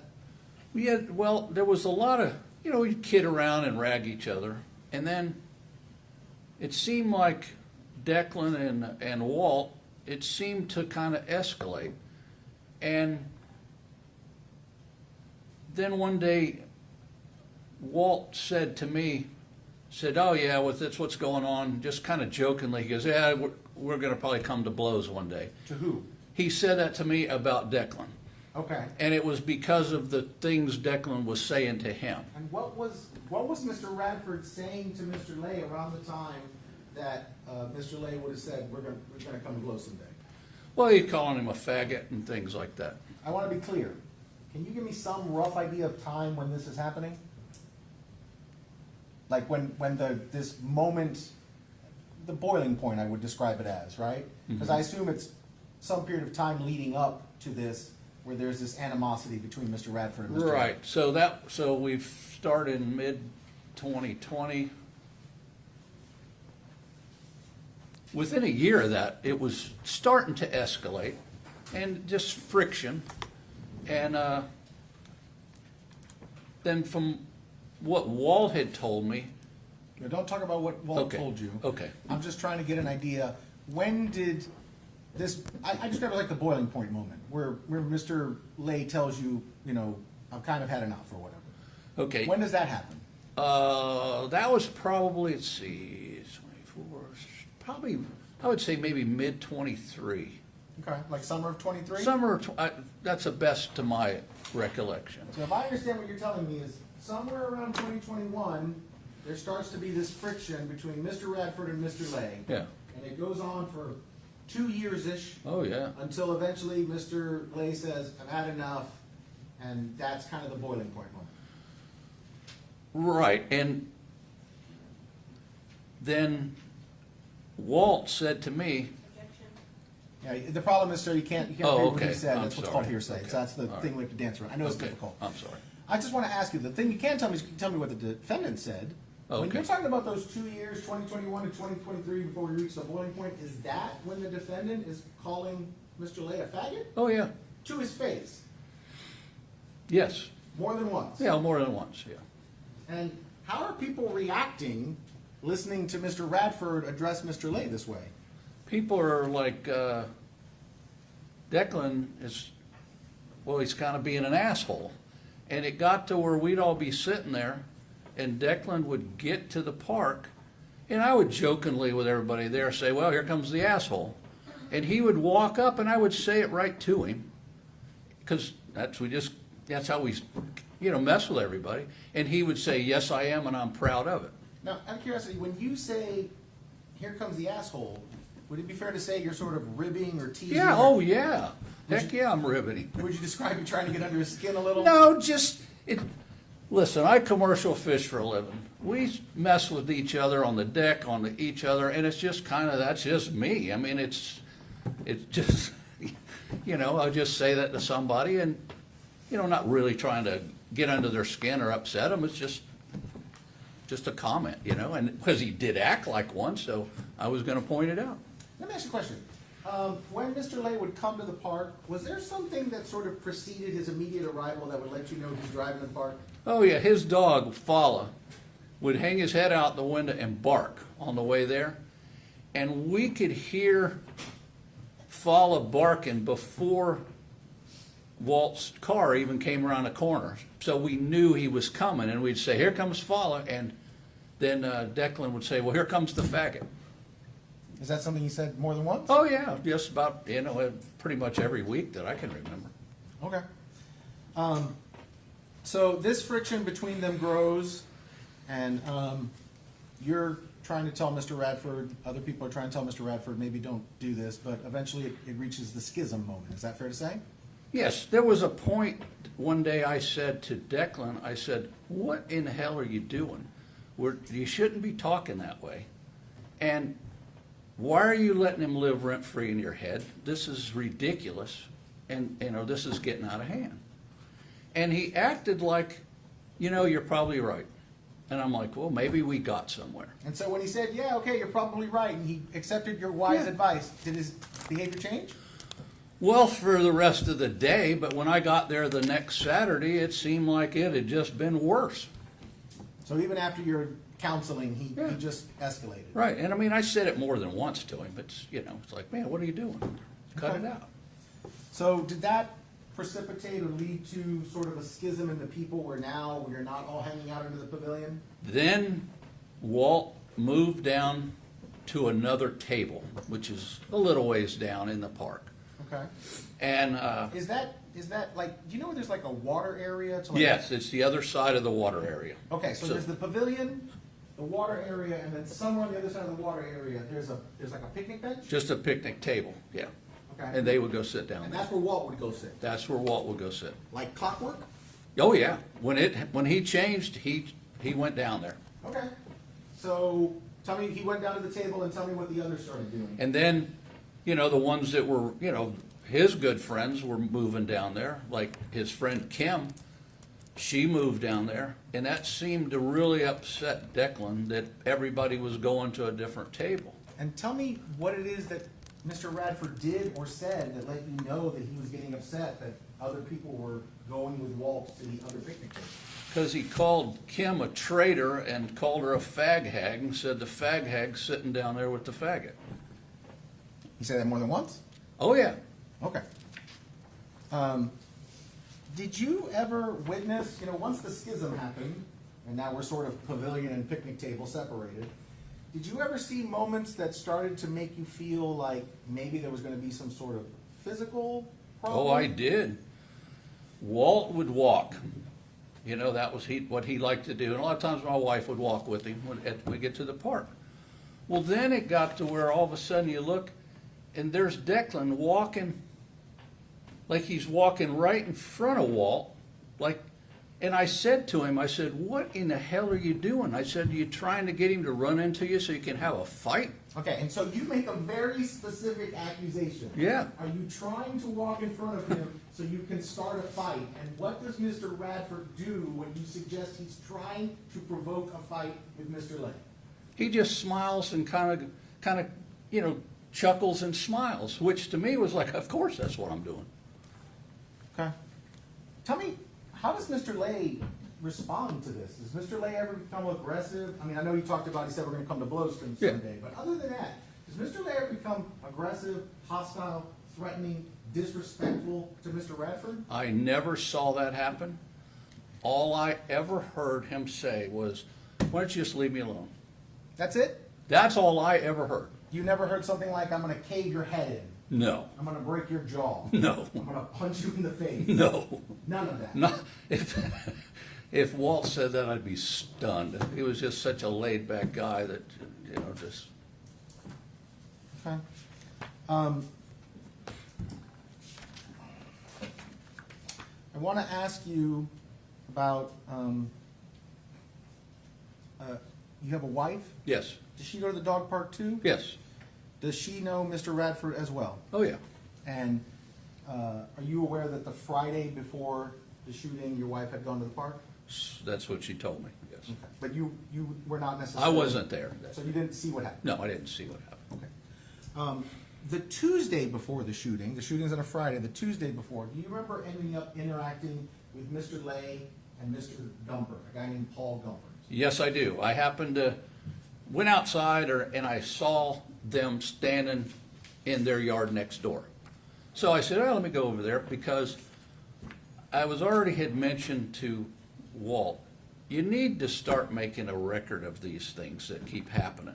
And without telling me exactly what Walt said, did Walt want to start involving the police and all of this? No, he said, I do not want to escalate this. And we're like, man, you need to do something. And he's like, no, I don't want to, because that just might make things worse. Okay, so he did not want to, but you were advising him to do so? Yeah. And so on that Tuesday with Mr. Lay and Mr. Gumper, was there some sort of plan that was formed that was going to happen down the road? Yes, Paul, because I went over there and we were just talking, and so Paul said to Walt, Sustained. It's not offered for the truth of the matter, sir, Your Honor. It's to explain the ensuing action by Mr. Darlington and the plan that is ultimately formed, and the plan would be a hearsay exception under then existing mental, emotional, physical. You are offering it for the truth of the matter asserted. I understand, Your Honor, but the point is I'm trying to get to a plan. Sustained. Yes, sir. Ask another Did you all make a plan? That's my question. they did. Okay, what was the plan? Paul was going to write this up, because I guess that's kind of things he does, and they were going to start keeping a record of this so they could do whatever they need to do, but they needed it official. And Paul was going to do it when... Overruled on those grounds. What? Sustained. So the plan was Paul was going to start helping Mr. Lay document what was happening? Yes, Specifically, what were they going to document? the interactions, Overruled. the interactions that got out of hand. And the, yeah. Thank you, sir. I appreciate your time. Cross.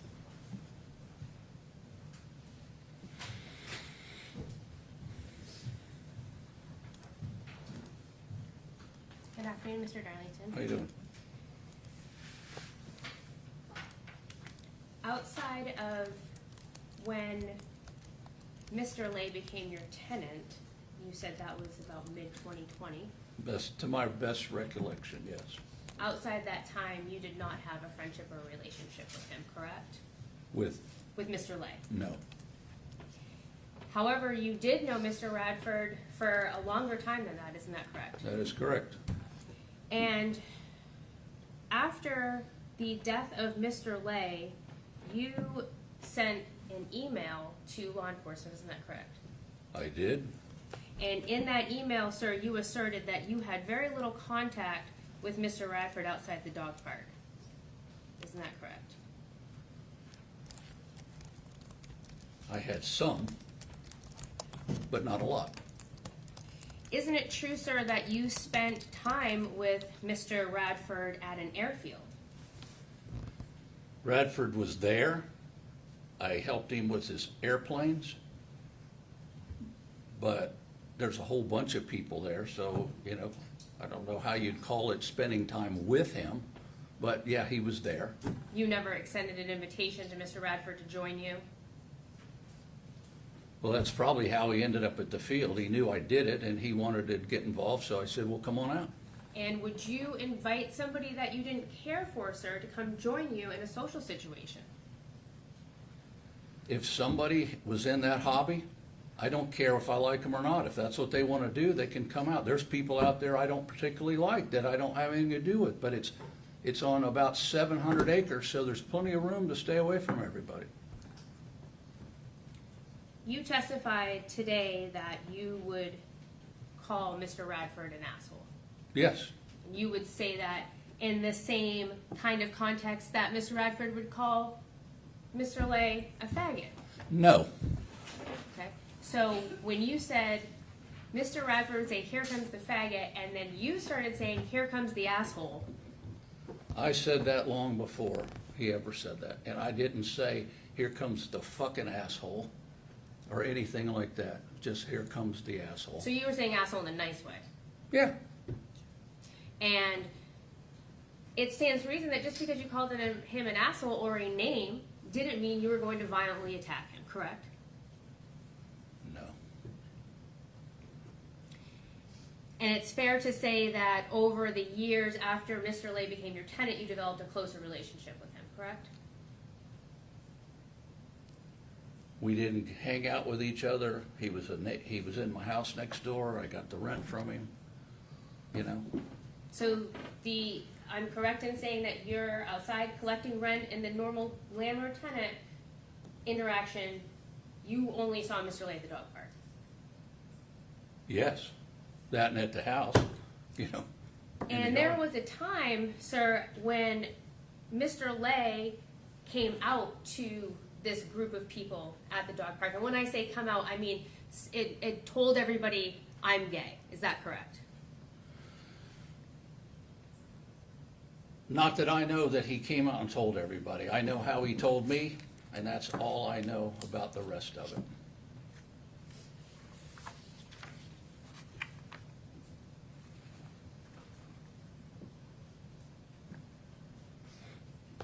Sir, do you remember being before this court and giving a testimony under oath? Yeah, And if I was to provide you with a transcript of that testimony, would it help to refresh your recollection as to Mr. Lay coming out to the people at the park? sure, you can tell me what I said. I don't remember saying anything like that. You have permission to approach the witness? Yes.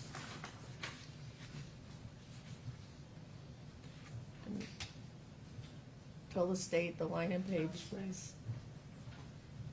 We're going to go from page 248.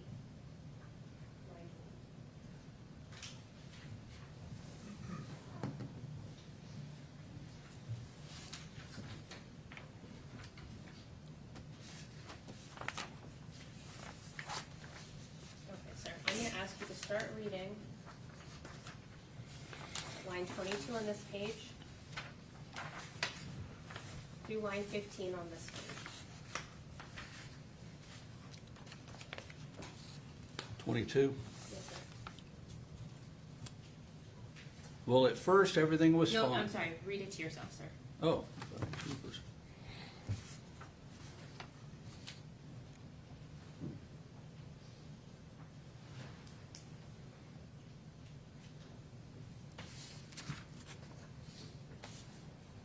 All the way down to what?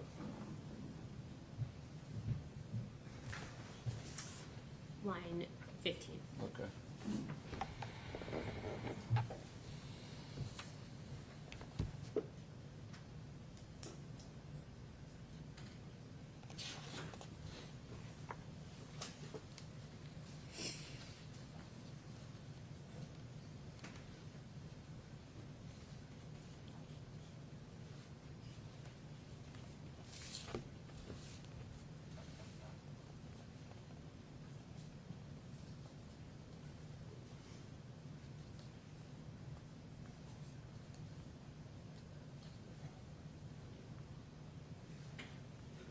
Okay, what do you want to know?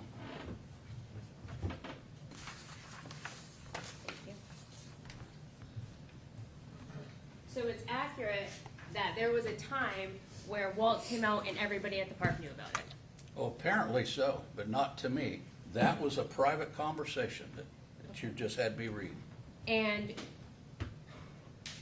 in fact, you stated that everybody joked about it. Isn't that correct? Later on, Okay. And later on, what do you mean later on? they months joked about later, because I knew it, but it wasn't like I was going to go say it.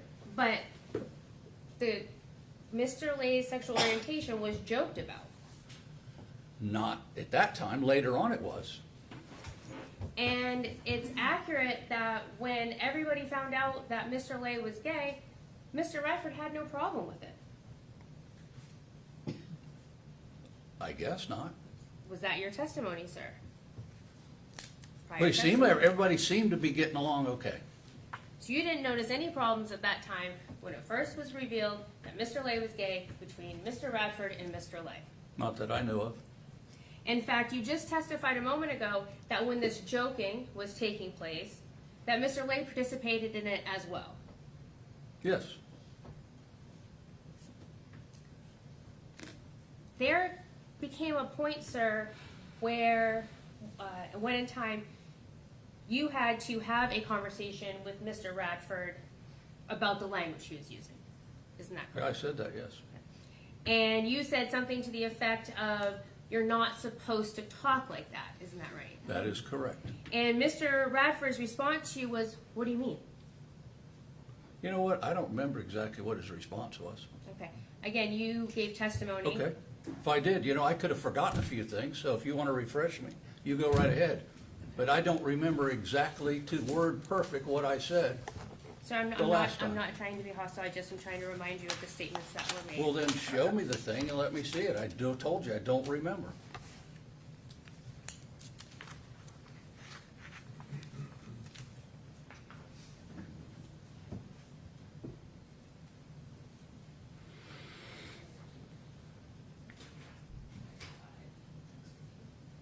Permission to approach the witness, please, Your Honor.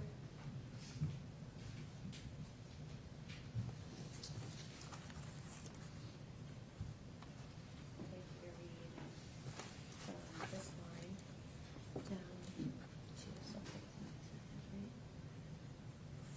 Down to line 17.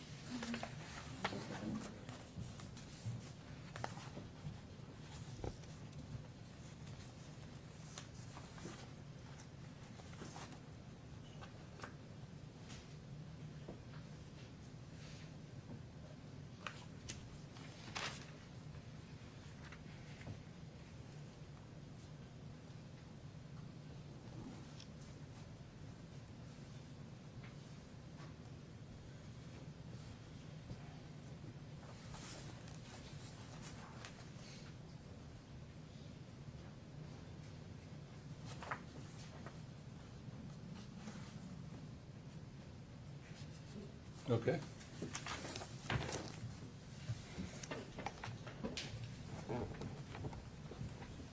And so when you had this conversation with Mr. Radford about his language, it was obvious he didn't register the words the same way that you did. Isn't that correct? I don't know how he registered the word. I have no way to know how he registered the word. In the same email statement that you sent to Detective Harrop, you said, there is no world that I would believe Walt attacked him. That is correct. Okay. Yet you described seeing on multiple occasions Mr. Radford walking in front of Mr. Lay in his path. Yes. Okay.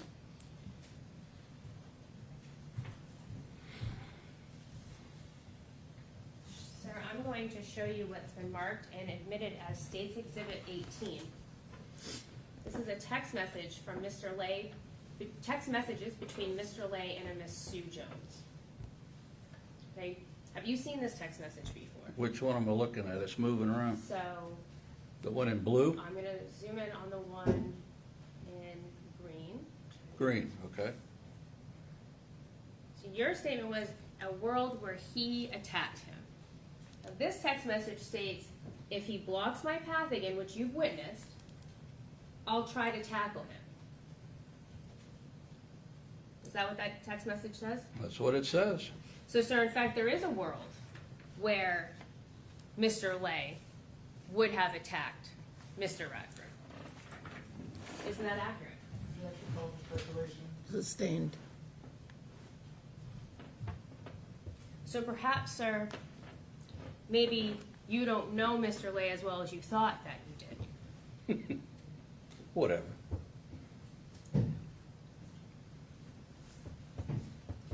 In the same email with Detective Harrop, you said, I don't understand how this is not a hate crime. That's right.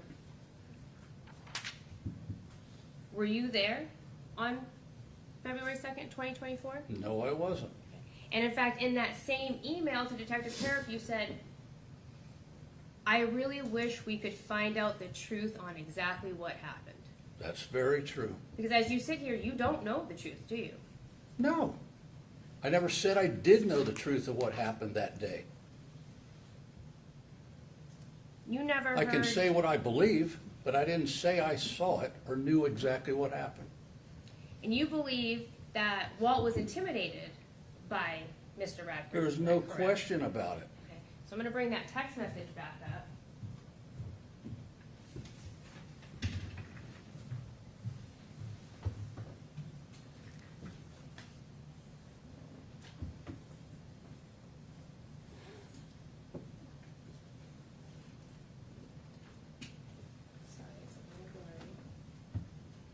And in the same text message, she says, he doesn't really intimidate me. Okay, fine. So again, maybe How am you I didn't- supposed to know what Sir, I'm asking Walt questions. thought? So, again, it's clear that an opinion you had about the situation isn't accurate with what Mr. Lay was feeling. If you say so.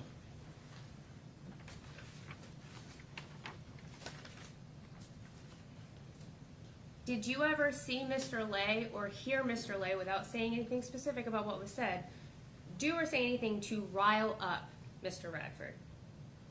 I never saw it.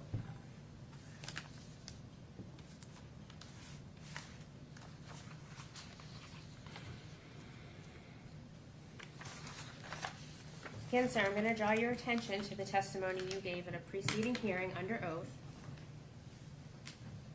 Oh, sorry, I apologize, Mr. Diaz. Page 257, lines 12 through 18. Permission to search, Your Honor. Yes. So, lines 12 through 18.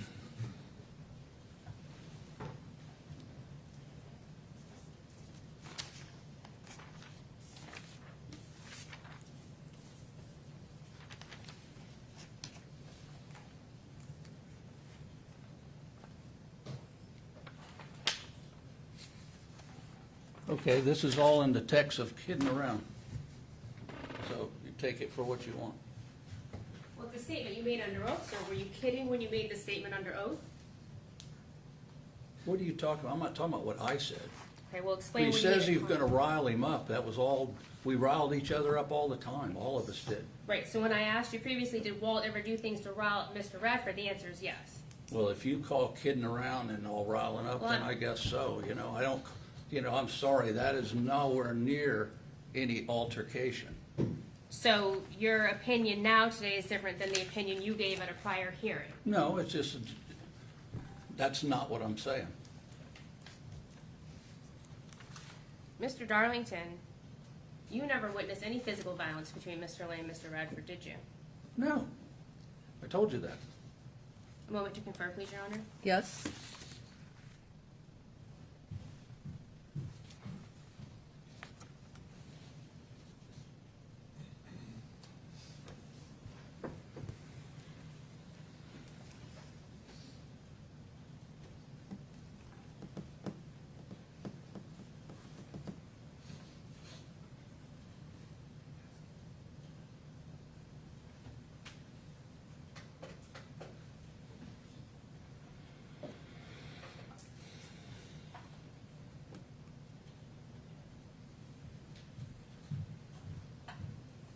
I'm going to read the lines referring to what we were just talking about and getting Mr. Radford riled up.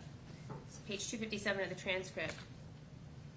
Line 12. Did you ever hear Walt say that he says and does things to Mr. Radford to rile him up?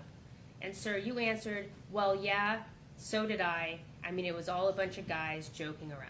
Yeah, That was your answer, Right. correct? And at any time during your interactions at the dog park with these men, did you ever observe or hear from Mr. Lay conversations about his sexual orientation? say that again? Did Mr. Lay talk and have conversations about his sexual orientation?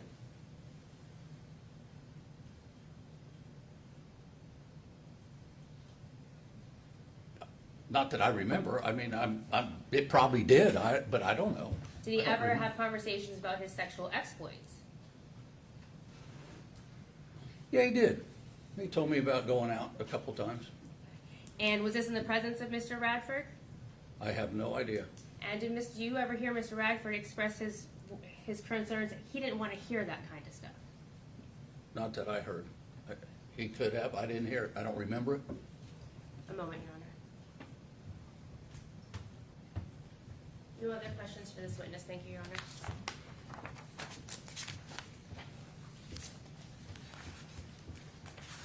Mr. Darlington, you said you're a commercial fisherman. What does that mean? Well, we're a bunch of guys out on a boat working for hours and days at a time. Okay, so I'm gonna guess you spend a significant portion of your life and have spent a significant portion of your life just sitting around with a bunch of guys. Oh, yeah. Working. Not sitting around, we're working. Sure, you know what I mean. Yeah. I don't mean to suggest you're Yeah, lazy no, or, yeah.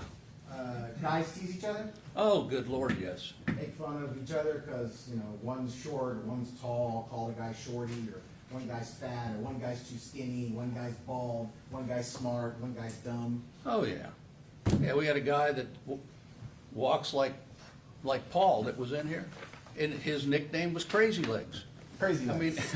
so that's the kind of things we did. And then there's Three Finger Mike. Well, guess why his name was Three Finger Mike?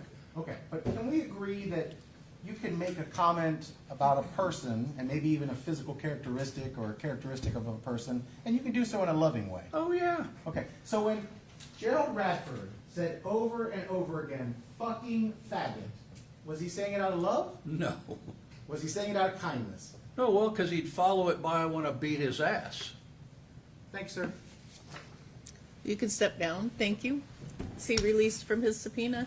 Yes, Your Honor. All right. Call your next witness. Vicki Darlington.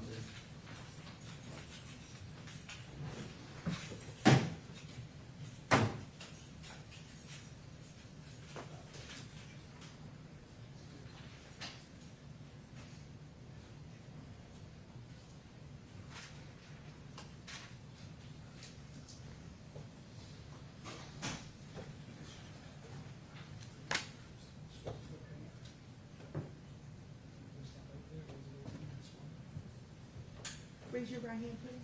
Do you solemnly swear or affirm that the testimony that you're about to give in this cause will be the truth, the whole truth, and nothing but the truth? Yes, I do. Thank you, ma'am. Come this way.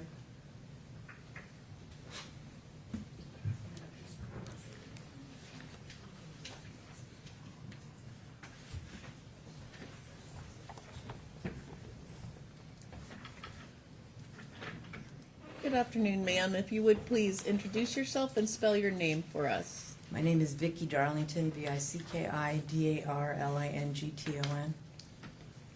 Afternoon, ma'am. Are you the wife of Albert Darlington? Yes, And do you know a gentleman, or did you know a gentleman by the name of John Walter Lay, might have been called Walt? yes. How do you know Mr. Lay? He rented our house next door, and he also became a friend of mine. Okay.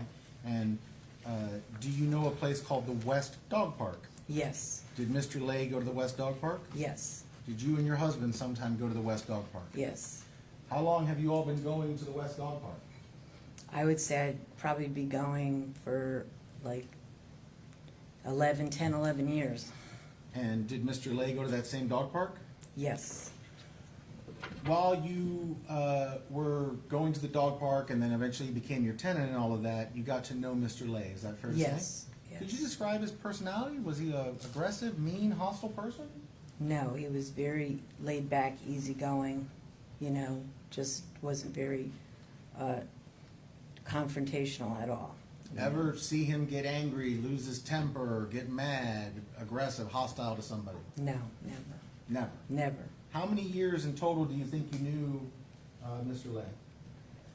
Probably maybe 4 or 5 years.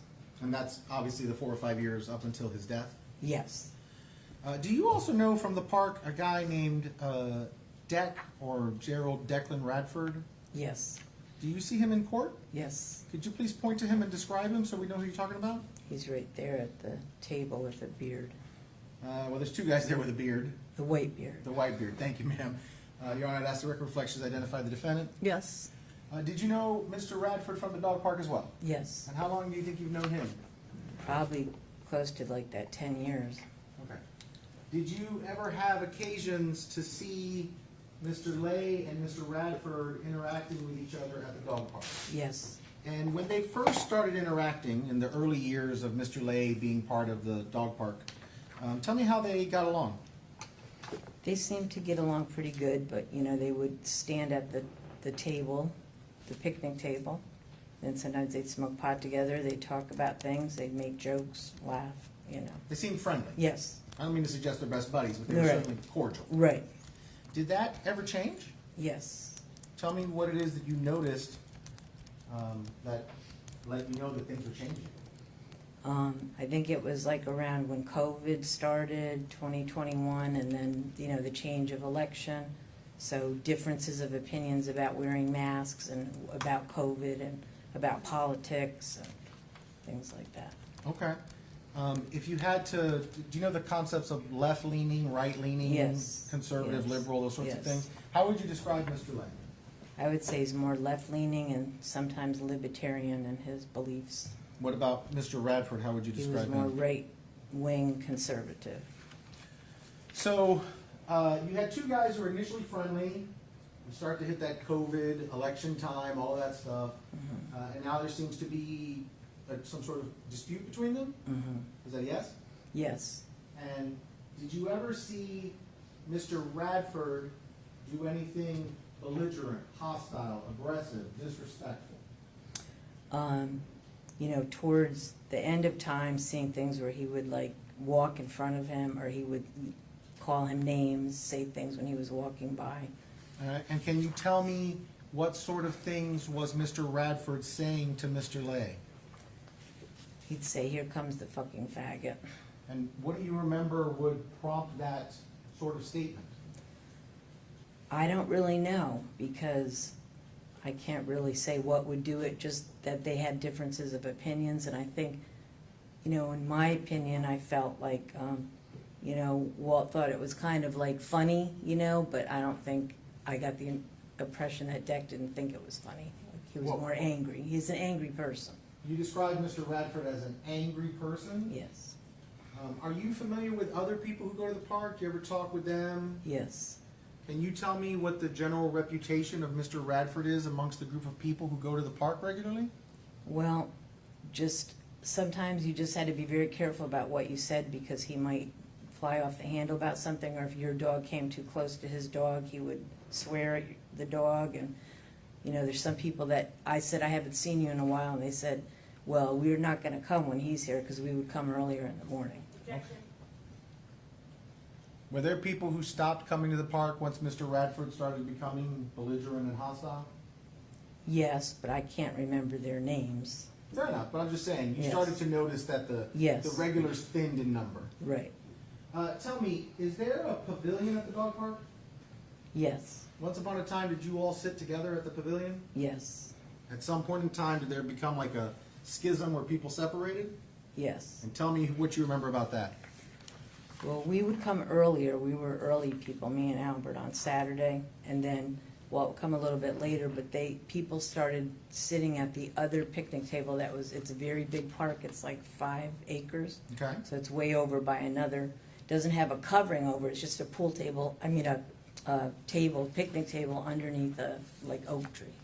So, I want to talk with you. You know that obviously in this case, Mr. Lay died on February 2nd at the dog park, correct? Yes. That's a Friday. yes. Do you remember the Friday before? Yes, I do, because I am off on Fridays, but I didn't always go to the dog park on Fridays. It was usually Saturday, but that day I had a doctor's appointment, so if I did go, I would have gone earlier, but I went actually later, like at about 8:30. My doctor's appointment was 8:30, so I got there a little bit later, like 9. Okay, but you remember it's the Friday before Right, Walt was yes. killed on the Friday of February 2nd. Yes. And when you got there, was anybody there? Deck was there. And what did you initially notice about him? Just describe what you saw about him. He was upset and despondent, and I knew that his dog had died. So you assume that's why he's crying? Yeah, and I just said, I'm sorry about your dog, you know. But as you're standing there interacting with Mr. Radford, tell the jury, do you remember Mr. Radford on that Friday a week before the shooting saying anything that you interpreted as about Mr. Lay? Well, when Walt would come to the park, you could know that he was coming because he had a dog named Fala, and Fala would bark and you could hear him coming, coming down the road. And that's when Deck said, here comes that fucking faggot, I want to fucking kill him. I want to make sure, you're sure? Yes, I'm He sure. said, on a week before the murder, he said, here comes that fucking faggot, I want to kill him? Yes. Thank you, ma'am. Crust?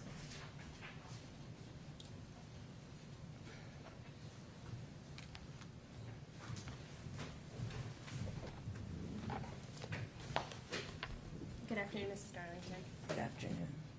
I want to talk about that statement. I want to fucking kill him.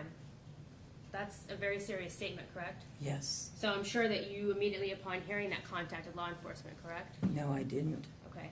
So I'm having a hard time understanding, ma'am, after this escalation of events and you hear this threat, why one wouldn't contact law enforcement. Because as long as I knew him, I just thought that he was despondent about his dog, and I just said, I don't appreciate you saying that, that's my friend and my neighbor, and then he kind of went off on me, and I just walked away. I just walked away from him. So fair to say you thought it was an empty threat? Well, I don't know what at the time. I would say that I didn't think I needed to call the police about it, because I never imagined that someone would kill somebody over something. Surely if you took that seriously and you thought your friend's life was in jeopardy, you would have contacted law enforcement. Maybe I would have, maybe I wouldn't have. Ma'am, how many interviews did you give with the media about this case? None. I mean, I was at one time, I was at the picnic table, and somebody came in. I didn't actually, I think one time I spoke in front of the camera. Okay, so one time then Yes. you gave me. Yes. And in that interview, you said, I never imagined this would happen. Isn't that correct? Yes. But it's your testimony today that just a week earlier, Mr. Radford said he was going to kill him. So explain to the jury how that happens, but then you later tell somebody, we never imagined this would happen. Because someone coming to the park a long time like that, and being that they were having more anger issues, that wasn't the first time he had anger issues, he had a lot of them. I just wouldn't imagine, no matter what somebody says or does to you, or says things like that, that you're not gonna kill somebody over it. So nothing that you heard rose to a level that caused you to call law enforcement, correct? Yes. And nothing that you saw happen gave you any reason to imagine that this scenario would happen. Those are your own words, correct? Yes, because I've been in positions where if you called before and they said, well, unless something actually happens, you can report it. So I did say to Walt, it would be really good if you would keep a record of this or something, that you feel like this is happening to you. All right, well, I want to clear it up. So you didn't call because you didn't think they would do anything, or you didn't call because you thought it was an empty threat? I don't know. I didn't really think about it until you brought it up right now. Do you know, sorry, strike that. You also contacted law enforcement, isn't that correct? Yeah, after about, it was over a week and nothing was being said about, they were just saying that it was self-defense. That, yes, I wanted to know what's going on. Are they doing an investigation? So. Let me back up a little bit. You were friends with Mr. Lay, weren't you? As he was a neighbor, I didn't go out and party with him or anything, but I would bring him cookies at Christmas time. I'd make extra food. I'd bring it over to him. But he was mostly going to the dog park, working type of person. Would you consider him a friend? Yes. And it's fair to say you do not share these same positive viewpoints as Mr. Radford, No. correct? You've No. not considered him a friend? No. In fact, it's fair to say that you would have a bias in favor of Mr. Lay. I suppose so. And it would be fair to say that based on these multiple emails you sent to law enforcement that you blame Mr. Radford for Mr. Lay's death. Yes. And you would like to see him punished. Yes.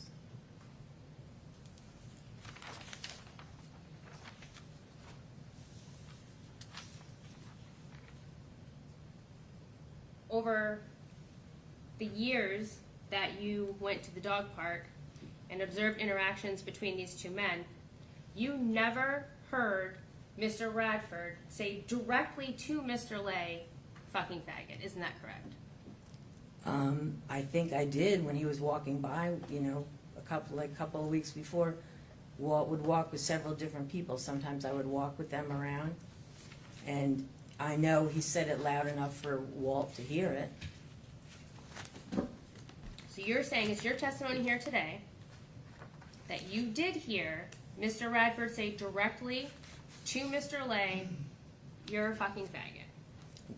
Here comes the fucking faggot. There's the fucking faggot. So I want to be very clear to this jury. Mm-hmm. You did not hear and observe Mr. Radford look directly at Mr. Lay and say, you're a Well, faggot. I don't know. I was standing over here and he was over at the corner of the table that he sits and Walt is walking by, so I don't know if he was looking directly at him or if he was looking out into the sky.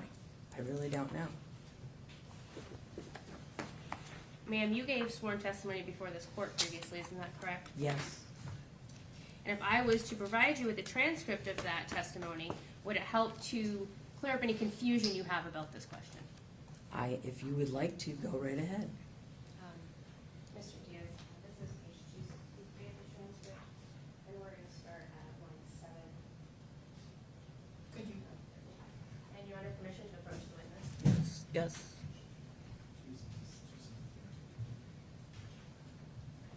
Just going to ask you to reach your cell, starting here with line 7, and go down through line 13.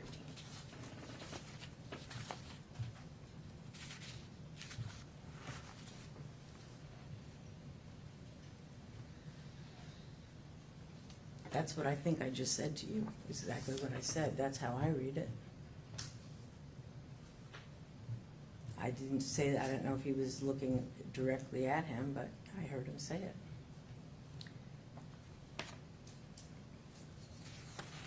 The transcript is, and tell us what kinds of names he would call him. Your response is, called him a fucking faggot. Question, did you hear him say that more than once? Your answer, yes. Question, and did he say that directly to Walt himself? Your answer, there were times I can't say he said it directly to him, but I heard him refer to him like that. Question, okay, so you heard him just generally refer to Walt. Your answer, yes, yes. Is that accurate? And that's what I'm saying. He was standing here, I was standing there, Walt was walking by, so I don't know he's like mumbled under his breath sometimes, you know, about things, and he said, here comes the fucking faggot, there's the fucking faggot. But again, ma'am, you never saw these two, Mr. Radford and Mr. Lay, face to face with Mr. Radford saying, you're a fucking. No.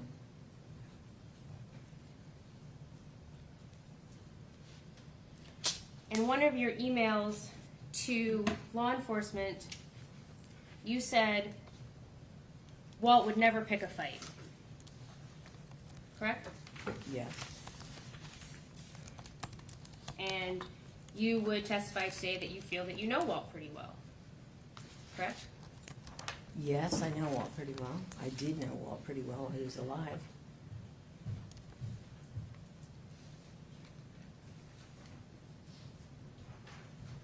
Showing the witness what's been already admitted as State's Exhibit 18.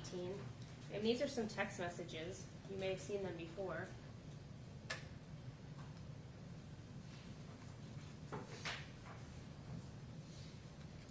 Just to draw your attention to this line here. I thought, and this is a message from Mr. Lay, and he's referencing Mr. Radford. I thought if he blocks my path again, I'll try to tackle him. He's really older than he looks. He's weak and feeble. I'll keep you informed. This weekend should be drama.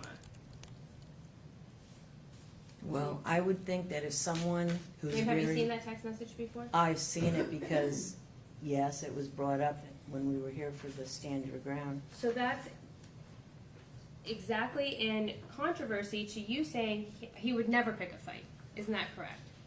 Yes, but I'm saying that over time, people always have a plan. If something is distracting to you or upsetting to you, you're not just going to go around and be yourself.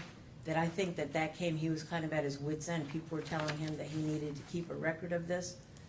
People told him he should, you know, maybe call the police, and he said, no, I'm not going to do that, you know, and then maybe that's why he did his own little video thing of that, but So, ma'am, when you said I you just never- would feel that Let he- her finish her answer, please. I would feel that he would say that this, if he comes up to me again, because it came to the point where he said he was way on the other side of the park and you ran right up to him, you know, and went in his face, I wouldn't want to have a plan myself. If somebody did that to me, I might say that just to save face, because he's probably scared. Wouldn't you agree when you say he would never pick a fight? That's not accurate now, seeing the text message sent by Well, Mr. Lay. From what I knew of him, that's what I believe. So maybe you didn't know him as well as you thought you did. Well,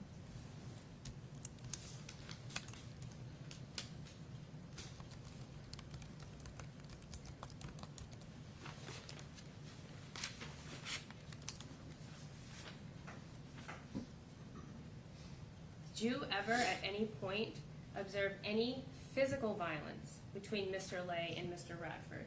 no.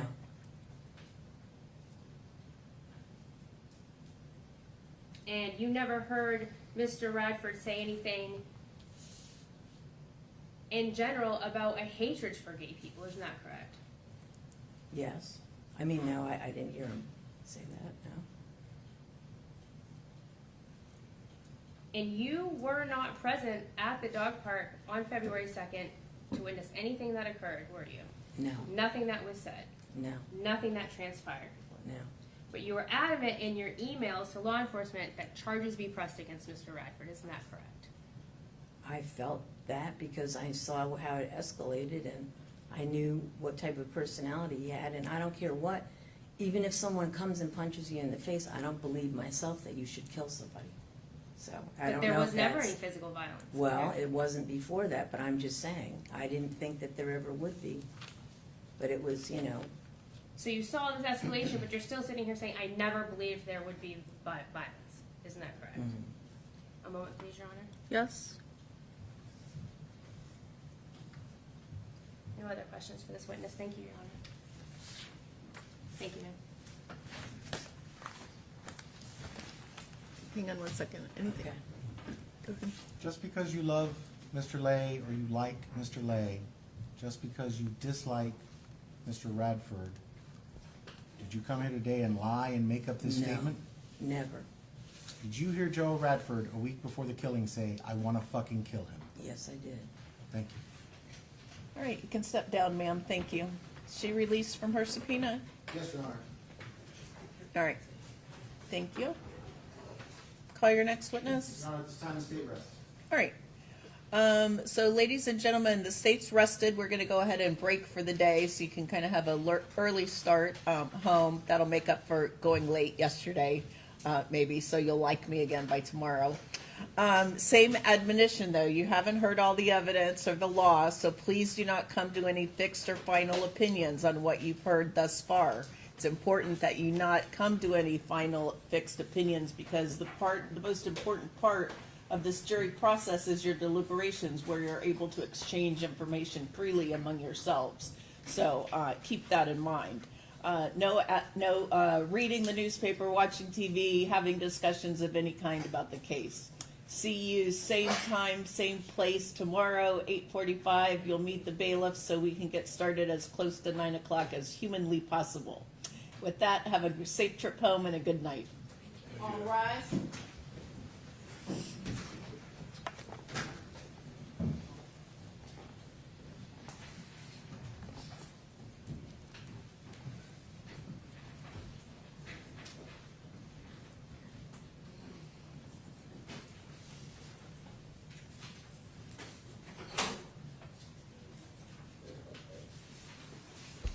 All right, have a seat.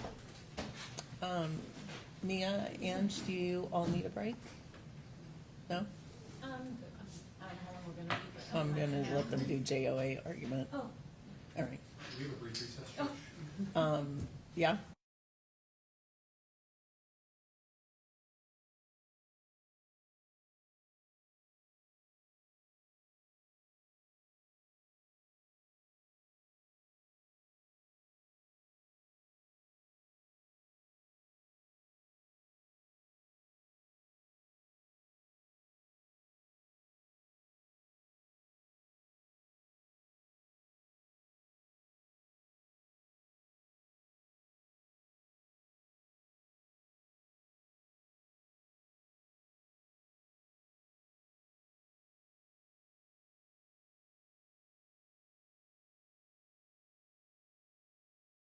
He was released, so I didn't know if he was asking you or not.